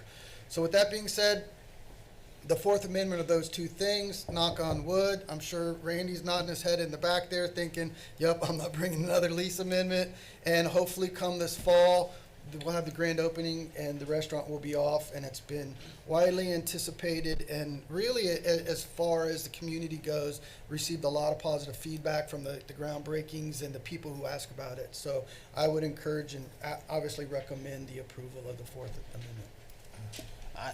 I just don't understand why we're even considering amending the lease when we're a building that's not even at dry den. I don't understand the urgency to have this amended right now. I think should stay with the lease that was agreed upon by everybody. I don't know why this needs to be amended. I have an issue with it. I don't even know why this is coming up at this point. I mean, we have an agreed lease. I don't know why we need to keep changing this, add additional years to it and everything else. I don't see the need for it. So everybody agreed to it. I don't know why we're in the middle of a project talking about changing it again and extending it even longer. I have a few comments, but go ahead. Oh, I guess I'm kind of agreeing with Commissioner Cornell, and not necessarily the terms of the lease, but more so the parking. If I'm coming to the Venetian Center and everything is filled, and someone tells me I can't park in this, I mean, we're almost talking about almost 70 parking spots on the whole left side of Venetian Center, and then you say you're gonna have personnel out front, but you can't tow me, so I'm gonna park anyway. So what happens then? You're gonna call the police on me, I'm gonna walk away from my car, leave my car there, you can't tow it. So basically you got signage all in the parking lot, you got personnel telling people they can't park there, but then you can't tow me. So now you're gonna call the cops, I'm gonna take to the cop, public parking, yeah, you got a sign there, but you can't enforce it. I prefer if that was a problem with the restaurant was filled, baseball was going on, and someone came in here and said, man, this place is packed out, we got a problem. We don't have a problem yet. And so I would prefer to come back when we're saying there is a problem.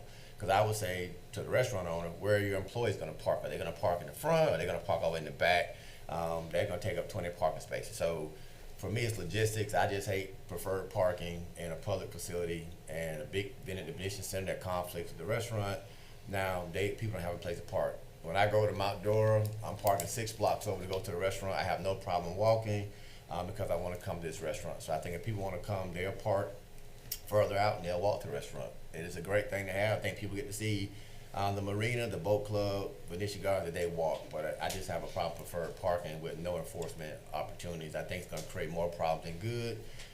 When 20 people come down there and park and we tell them they can't park there, or you got some parking attendant who had a bad day and tries to enforce a law that's unenforceable. So that's my issue. I don't mainly have a problem with the lease, extension, but I do have a problem with the preferred parking. So I certainly don't have a problem with the lease extension. I hope they're here for way longer than 60 years. That would be a great thing. And if they're successful, it's not going to be controversial at all. They're going to want to stay, and we're going to want to keep them. So I think that's fine.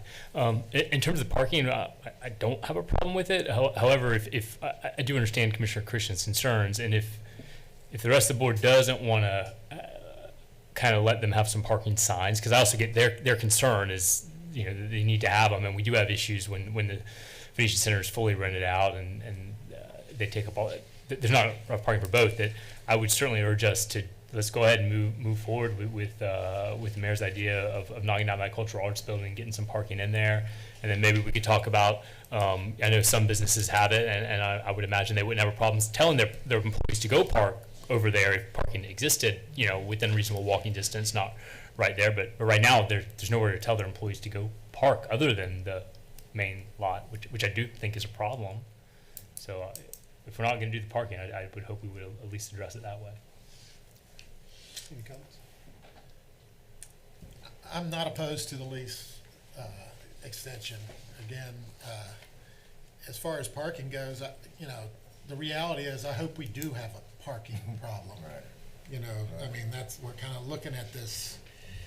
Maybe I think we have the ability to use golf carts at Canal Street to cross Dixie. You could have, hopefully, like I say, parking is an issue, and it becomes a huge issue. But I don't. I think that for the restaurant to be successful, they do need preferential parking. So I would be in favor of this. My comment or question, I'm going to look to legal counsel. At the end I have no problem with extensions. I just want to be sure we're not setting the city up from the standpoint of the language. I don't want to get into a lawsuit in 40 years. I won't be here, but I don't want the city in a lawsuit. So as long as it's written in a language, what I'm hearing is negotiate a deal, but I don't want it to result in litigation. I don't know if there's a way. I know there's no guarantees. Yeah, no, I think, again, the language, as Mr. Minner said, is somewhat aspirational in many ways as far as working together in good faith and sort of having this default set up in terms of fair market value will be the rental rate. I think that makes sense to structure it that way, and I don't think that there's a lot of trouble necessarily hidden in there. Okay. I see both parties. There's a lot of negotiate, sort of, banging us over the head there. So I do think that it's clear that everybody go back and negotiate. Now, if you wanted to add something. I know it's going to happen. Both parties are going to obtain an appraisal. And for example, if we're looking at that section 3.2 amendment, where it says at the end of the final extended term, tenant will have the option to negotiate a new lease with the landlord at market rate. Maybe if you add something like and on such other terms as are agreeable to the city, just to make it clear that you're not necessarily bound to just sign a new lease as long as it's at market rate, but that the city could also consider any other issues that are ripe for consideration at that point. Yeah, I just want to be sure it's structured in a manner that reduces the risk of litigation to the city. That's all I'm saying. And I would specifically not like us to do that for the reason that I don't want a commission in 40 years, and I'm sure that's what the applicant worries about. We had a commissioner decide to rip out a boat ramp and put it in a no-wake zone because he didn't like it near his house. Yeah. I don't want a commissioner in the future decide, I don't like a restaurant on the water, let's not renew the lease because we don't want a restaurant there anymore. So I would, if they want to pay the market rate, that would be my concern. So they could, okay, and I agree with you entirely. I'm just looking at council saying, structure it in a manner that at least minimizes my risk. Yeah, of litigation. I know there's no guarantees. I'm just trying to minimize. Yes, and I do think it does. And again, sort of as I said, I think that language is a bit gratuitous at the end, and does have some concerns as has been pointed out. So I do think as it's been written here, again, it's pretty clear that the idea is that there be negotiation. Okay. And it does good faith negotiation. Yeah, exactly. Negotiations in there a couple of times, and I think what do you think about an arbitration clause if there was a dispute? I'm not personally a big fan of arbitration. That's fine. I think that I have the mixed courts- opinions on it too, I just had to Yeah, ask. yeah, Okay. I prefer the court system. Okay. so. Okay. Al, you mentioned Site 2. That's just if we were to sell it, they have the first right of refusal. If Yeah. we were to sell it, okay. No, site 2 is if we carve out another site in the bay, and I can't remember the wording in that lease, but it was basically, and I don't think we specifically called it out. I just think if we do another development site, they have first right of refusal to negotiate with us. And I think as we did that, we were eyeing the health center or the cultural arts building, as that would be the next location for another potential restaurant. Which Okay, would I just be want on to the be sure we're base. not pre-agreeing in the lease to another site where we're creating more parking problems. Okay, and then my last comment, I do think with all this, that we should, we talk about doing a budget. I don't know if they want to approve it now, but I'd like to see that building knocked down. I guess we can do it in budget, but knock the wellness center down and create as much parking as we can. I mean, it's a nice problem to have, but when you think about the community building or the Venetian Center, the restaurant, everything hopping, I mean, we're gonna have a parking problem. Can we, is that, you want to do it in budget, is that what you're thinking? That's what, 2 months? Okay. Yeah, yes, I think ultimately we do need to talk about knocking down that building. I think we do need probably have a little bit more of a plan as far as where we're going to go. Is it another site? Is it parking? What have you? I think, yeah, you could throw some money at the budget in it as for demolition, but I don't think it probably should be the #1 project in fiscal year '23. But we need to, and I say that because there's just a lot of moving wheels to that. We got to find another location for the healthcare clinic. We kind of always eyed. Yeah, I thought you had one. The Eagles, or the fraternal, it's Knights of Columbus building, and then that's got different uses. So, yes, I think that building needs to come down. When is a harder question. If we want to throw some demolition money at it just to keep the process moving, okay, probably 15, 20 grand. Well, can I just add to that, Al? Before you throw the demolition money, can you do an assessment on the ground?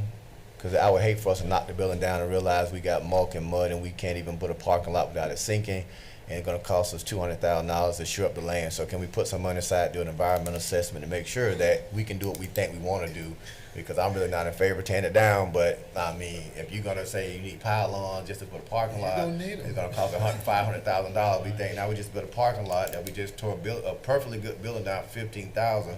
It's going to cost us $500,000 to put a parking lot and get us 25 parking spaces. So I would like, if we, before we rush to do that, do an assessment on, can we do what we think we want to do on that site? Well, I mean, I'm gonna tell you, the soils are terrible there. Right. Absolutely horrible. I just don't think tearing that building down for what little parking you're gonna get in that site is a worthwhile thing to do. I just don't see it. I mean, tear that whole building down, the whole expense of doing whatever with the soils, excavation, whatever, backfill, and the cost of that little parking lot to maybe gain 25 spots, I don't see it. I just don't think that's good money well spent. It's just not enough bang for the buck there. And there's perfectly nothing wrong with that building.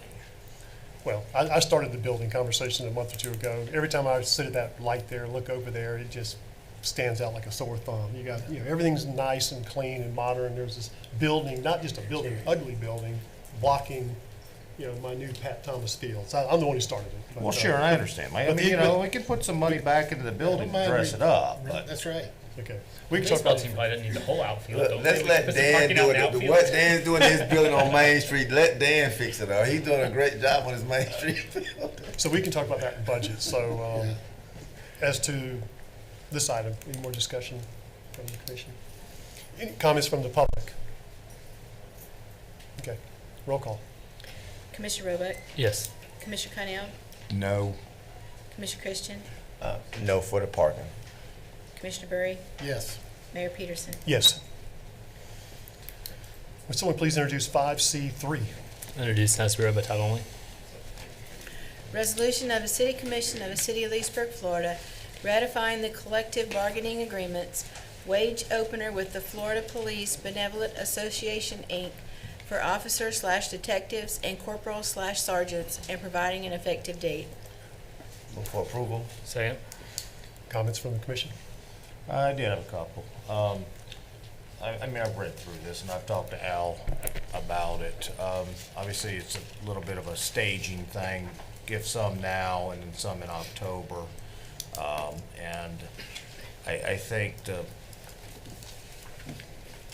5% they were looking at giving them in October to get them to the level they need to be. And I believe I read the agenda correctly. And like I said, I didn't get a chance to talk to Al today, but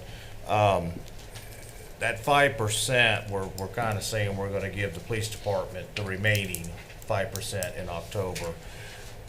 Everybody's going to get the 5% across the board. Is that what you're proposing right now?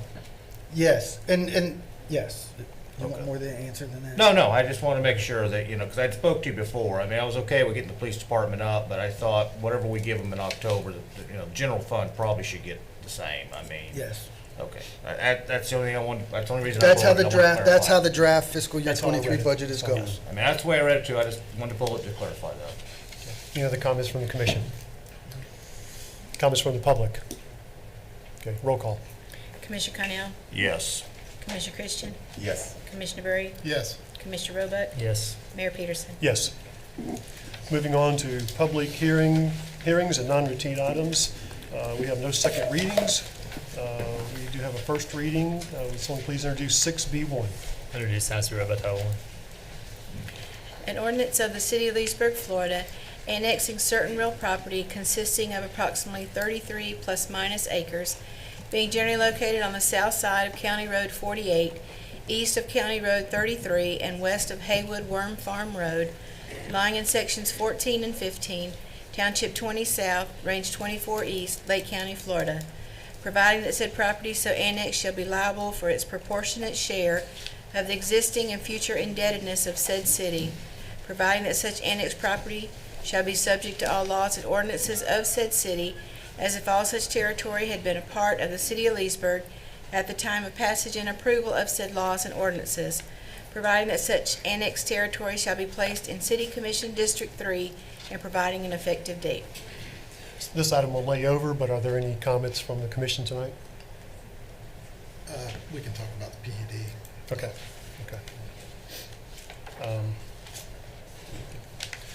Someone please introduce 6B2. Introduce and recommend by read by title only, sir. An ordinance amending the future land use map of the comprehensive plan of the City of Leesburg, changing the future land use map designation of certain property containing 33 plus minus acres from Lake County Regional Office to City of Leesburg Estate Residential for property generally located on the south side of County Road 48, east of County Road 33, and west of Haywood Worm Farm Road, as legally described in sections 14 and 15, Township 20 South, Range 24 East, Lake County, Florida, and providing an effective date. Okay, this item will lay over as well. Yeah, I did have a question about it, though. So we're looking at changing the comp plan to city estate residential, but the plan itself has commercial.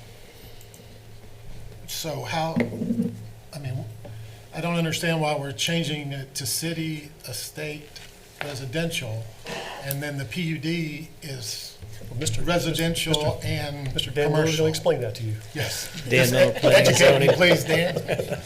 Under the estate future land use, which does permit up to 4 units an acre, if you have a PUD, then you can have a mix of uses. And that's within the comp plan definitions. Okay, definition within the comp plan. Okay. No, thank you, Dan. So, okay, so again, this item will lay over. If there's no other comments, will someone please introduce 6B3? I'll introduce to be read by title only, please. An ordinance of the City of Leesburg, Florida, changing the zoning on approximately 33 plus minus acres from Lake County A agriculture to PUD planned unit development to allow for a mixed-use development of single-family residential and mini warehouse storage units for property generally located on the south side of County Road 48, east of County Road 33, and west of Haywood Worm Farm Road, as legally described in sections 14 and 15, Township 20 South, Range 24 East, Lake County, Florida, and providing an effective date. So this item will lay over, but are there any comments from the commission?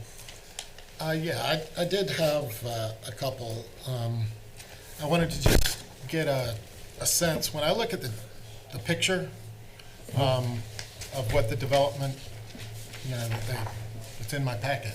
The conceptual plan. Yeah, yeah, so, it's my understanding that it's a 33 acres is the whole thing. And that 3 acres of it is gonna be commercial. Actually, Commissioner, it's closer to 10 acres. The original plan, I believe, was 133 units, and it was all single-family. And this plan is a revision to that, which takes to better account the adjoining industrial uses. So the approximately 10, 11 acres on the east side, on the east of that property, which is adjacent to the casket vault company, that would be mini storage and office, mini warehouses. And then the remainder, it would reduce down to 83 units. The remainder of the property, which was approximately 21 point something acres, 21 and change. So we're gonna go for 85? 85, yes. 85, and not on, because in the packet, you know, maybe the PUD is different than what I've read. Okay. In other words, is that what we're saying? I wish I'd have written the page down, but it was like, it's 3 acres is what the. It said 3? I know Well, when no, you're it confused. said square footage, but when you do the math on the Okay. square footage, Okay. it's There 3 was- acres. It was, the 3 acres was, I believe, 139,000. 136 or square, something, yeah, yeah. something like that. Right. That is the amount of developed property within the 10 acres that would be the mini warehouses. So 136 or 139,000 square feet of mini warehouses. Okay, so. So that equals out to that 3 acres. Okay, so that makes sense then. Yes, sir. But then we're talking about, if it was 33 acres and we're taking out, you said 10? 10, 11. 11? Right, it could change. Okay, It so could now change we're a bit down- due to final engineering. Yeah. Yeah, they've got 3.98. So they're up around almost 4. They're getting close. And I cannot support that. Okay. Is there a number that we could go back and work on? Actually, I think we had a development that was strictly residential come before us on this same piece of property. About a year ago. About a year ago, and I believe the commission turned it down because of The- CEMEX and Mott Concrete and industrial, I read an email this week, I don't know what it was in response to, but Cliff was addressing something about the garbage trucks for Covant on Worm Farm Road backing up, that they couldn't get in. I mean, this is. The semis do back up on that road. And this county's telling us that the entrance needs to be on Worm Farm, not on. Under the current plan, the residential entrance is on County Road 48 only. And then the entrance for the mini warehouse would come off of Haywood Worm Farm. So that was separated out. Yeah, I That's just what was read changed in Seth's the letter plan. that in January where he said he didn't want it coming out on 48. But Okay, I won't argue that, but all those things, because we turned this down, because we did not think it was a appropriate spot for a residential development, I'm not in favor I of do have that. the property owners, Tony and Jimmy Roper, and Chris Dramana, the engineer, here if you need to ask any questions of them. So are you saying that the residential is not gonna have any access off of Haywood Worm Farm? All the residential will have to be accessed off of 48? Currently, under the current plan, yes, that's correct, with the exception of there would be an emergency access for firefighters or something like that through Haywood Worm Farm Road to the residential as an emergency only. It would be one of those where you have to knock the gate down or use a Knox box or something, so it would not be possible to use it on a day-to-day basis, but as an emergency only. And I mean, I kind of do agree with Commissioner Burr. It's probably not a prime location to throw a subdivision in between industrial on both ends of the property. And I don't see any significant changes of what came for us almost a year ago, other than they put some mini warehouses there. I mean, they did make one good adjustment. I guess they got the county to agree to not funnel all the traffic onto Haywood Worm Farm, but, so. Okay. Any other comments from the commission? so. Any comments from the public? Okay. Moving on, non-routine items, we have none. Informational reports, none. City attorney items. No items this evening, Mr. Mayor, thank you. Okay, thank you. City manager items. I don't have any items either. Okay, roll call. Commissioner Christian, Nothing tonight. Commissioner Berry, Yeah, a little something. We had talked when we were, I think it came up when we were approving the big development south of 48. I forget, Spring? Whispering. Yeah, yes, yeah. We had talked about that our comp plan is pretty old, and I was curious as to when the commission felt like it would be appropriate to address the comp plan and maybe get it. We're actually working on that right now. We have some amount of money in the budget under P&Z. How much what did we got? 50. Like 80 grand or 100? Do you remember our number, Brandy? 50. Was it 50? So we have 50 in fiscal year 22 to start the comp plan review. What I think we need to get the RFP process rolling to bring in that consultant. We're actually working on that this week. I'm also going to suggest too, because of just a number of the factors, I think, and maybe a little bit different flavor that I'm reading from the commission, is probably a little more comprehensive relook of the comprehensive plan. If I can use comprehensive more than once, but comprehensive. Nice in a sentence, right? that's impressive. But in any case, look, you guys have come up with a couple of different things with some of the changes that you're putting in subdivisions, some of the concerns about the higher densities, some of the things that we've been getting from the county being compared to other communities in the region. I think you probably need to take a more comprehensive approach. The rule of thumb is comprehensive plan update every 10 years. I think we're sitting at 11 or 12. I'm going to say we probably need to throw another 100 at it to have about 150 in the budget to bring on, because I think some of the comprehensive looks you need to do is, where do you guys want to go with densities? Where do we want to go with PUDs? We had the big issue with Sunnyside. The commission, when you guys denied that, that's a big change in it from a written agreement to, no, we want this to be rural estate. That's not atypical. That's not incorrect for municipality, but typically municipal corporations don't have rural areas. Some Lake County, I think we're as Lake County is feeling the other development issues from around the state, I think we're in this fight of wanting to keep some of our rural nature. So, those are the things that we need to look at. So maybe we don't want to PUD everything. And maybe there's a section of PUDs need to be over on 27, and Sunnyside needs to be a strict R1, which is 2 units an acre type zoning. So I think those comprehensive plans, those comprehensive concepts, we need to take a look at. 50 grand's not going to get it, because that is a major living, breathing document. It's the heartbeat to what we do in the planning and zoning department. And I think it is time to shake that thing up and take a look at it. So I would say we need to step on the accelerator a little bit with getting on a professional consultant, because we will need professional consulting help for that. Dan and Mr. Watson, although they're new, we did not pay Stone and Gherkin to rewrite land use regulation. That it's cumbersome, long task. Going through a comprehensive plan review revision is a significant undertaking by a body, because we're going to yell at each other about different colors. We're going to yell at each other about densities.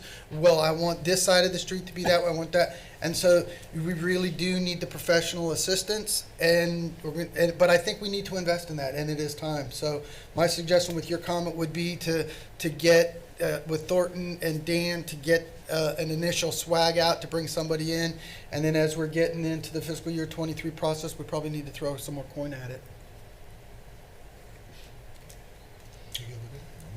Staff is in support of Al's. Dan can do it. I've never seen Dan smile so much.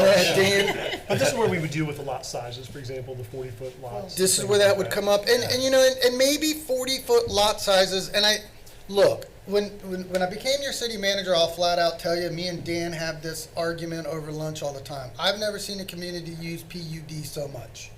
And I'm not saying it's wrong or it's right. I'm just saying I've never seen a community do that. The communities, in my experience, I've worked with is they have the residential designations, R1, R2, R3, R4, and each of those designations tell you how big that lot is going to be, which then equates to your densities, and they'll have the map covered. This is R1, this is R2, this is R3, this is R4, and if a developer buys property in R1 and he wants to put R4 in there, they would have to go through the rezoning process to get that density. We don't do that. We do it the way Dan just said, which was your question, Commissioner, earlier, with this hook with the PUDs, so we can get you that density. But so I don't think you want to say no 40-foot lots. But I think you want to say there's a place in Leesburg where we want 40-foot lots, and there's a place in Leesburg where we don't. And right now, you don't have that vehicle. Right. So I think we need to get there.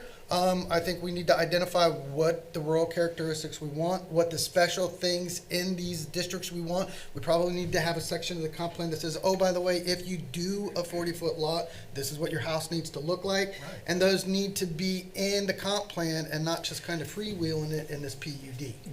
If I may, the lot sizes will actually come in the land development regulations. Once you do your comprehensive plan, then you have to do a rewrite of the land development regulations, because the land development regulations, such as the zoning, is what supports the comp plan. So when it says estate up to 4 units an acre, then the new comp plan could say, here are the conditions to allow up to 4 units an acre. Here are the conditions that we can have instead of having to PUD everything, which is what we do to get around things. And to our city manager's point, that's what we would like. Yeah. But we would have to follow that up with a rewrite of the land development regulations to an extent. And we can do some of that on staff. The only word I would change in Dan is to get around things. We don't do it to get around things, but our density areas is loosey-goosey because we have this PUD. Right. So developers will buy their land, then they'll go see Dan, and then they'll say, I want to put a PUD here, and then Dan isn't in a position to say, well, why don't you do it over there? Because the code allows you to get around things. So it's the code, it's not us, it's not our application. Our code is loosey-goosey, and you guys probably want to tighten that up a little bit. I would. And now this conversation took 5 minutes, and just like the design concept is all pie in the sky, it's expensive. But we need to put some coin at our comprehensive plan. It's aside from police and fire and running the utilities, land use regulation is one of the biggest things. So we do a lot. The land use regulation is a big deal, and with the development that's been on us and that's still coming on us, and the regional impacts that the county's going through, it's time we freshen that up.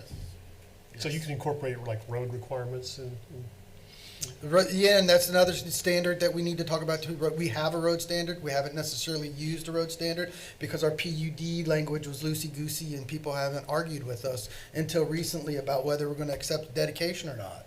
And so it has been, we're not going to dedicate you in the PUD language. I think it's section 8, the transportation section in there, and it's boilerplate language. We're not going to dedicate you, but we might. That's pretty much what that thing says. Yeah. And so the developers haven't had issue with taking on these subdivisions and not dedicating the roads because the numbers have worked for them is going to be my guess. But now as costs have increased and they're on that razor margin to sell, it's Dan's business, but they're on that razor margin to sell a 1,500 square foot house for X dollars. And so what starts getting going is, all right, well, now I need dedication of that street. So because the HOA, the extra $150 in the HOA fine is not going to get my person qualified to buy this house. So it comes down to those numbers. These times are tight. So 3 months ago, where we didn't have a developer squawking about keeping his road, now they want to get rid of the road. So those are the things that we need to review that. We need to get that freshened up, and the comp plan needs, I'm not gonna say it's antiquated, that's totally the wrong word, but we're at our cycle of use, and it's time to freshen it up. Yep. I'm good with that. Okay, thank you. Yeah. That's enough. That's enough. Oh, you want? Sorry, man. Don't get it going. Sorry, man. Commissioner Roebuck? On the lines with parking, do we need to maybe revisit with the hospital that lot on Canal and Dixie, and maybe, you know, that they really don't need it, they say they need it, but it's been vacant, and they've been saying that for 20 years? Man, I just talked I about that think today. I would, yes. Probably Yeah, a I'll road be, we I'll caught. be, I'll be short-winded, yes. Okay, all right. Yes. Today. And now maybe with the change at UF, that answer would be different. Yeah, that would be my. We'll buy it my back hope, and what we so. sold it for. Yeah. Love to. And I just do worry with the comp plan and what Dan will do with his nights and weekends. Commissioner Connell? Nothing tonight. Mayor Peterson? Nothing tonight. Motion to adjourn. Taking notes, man. You gonna know what you gonna call it Hey, next I week. got,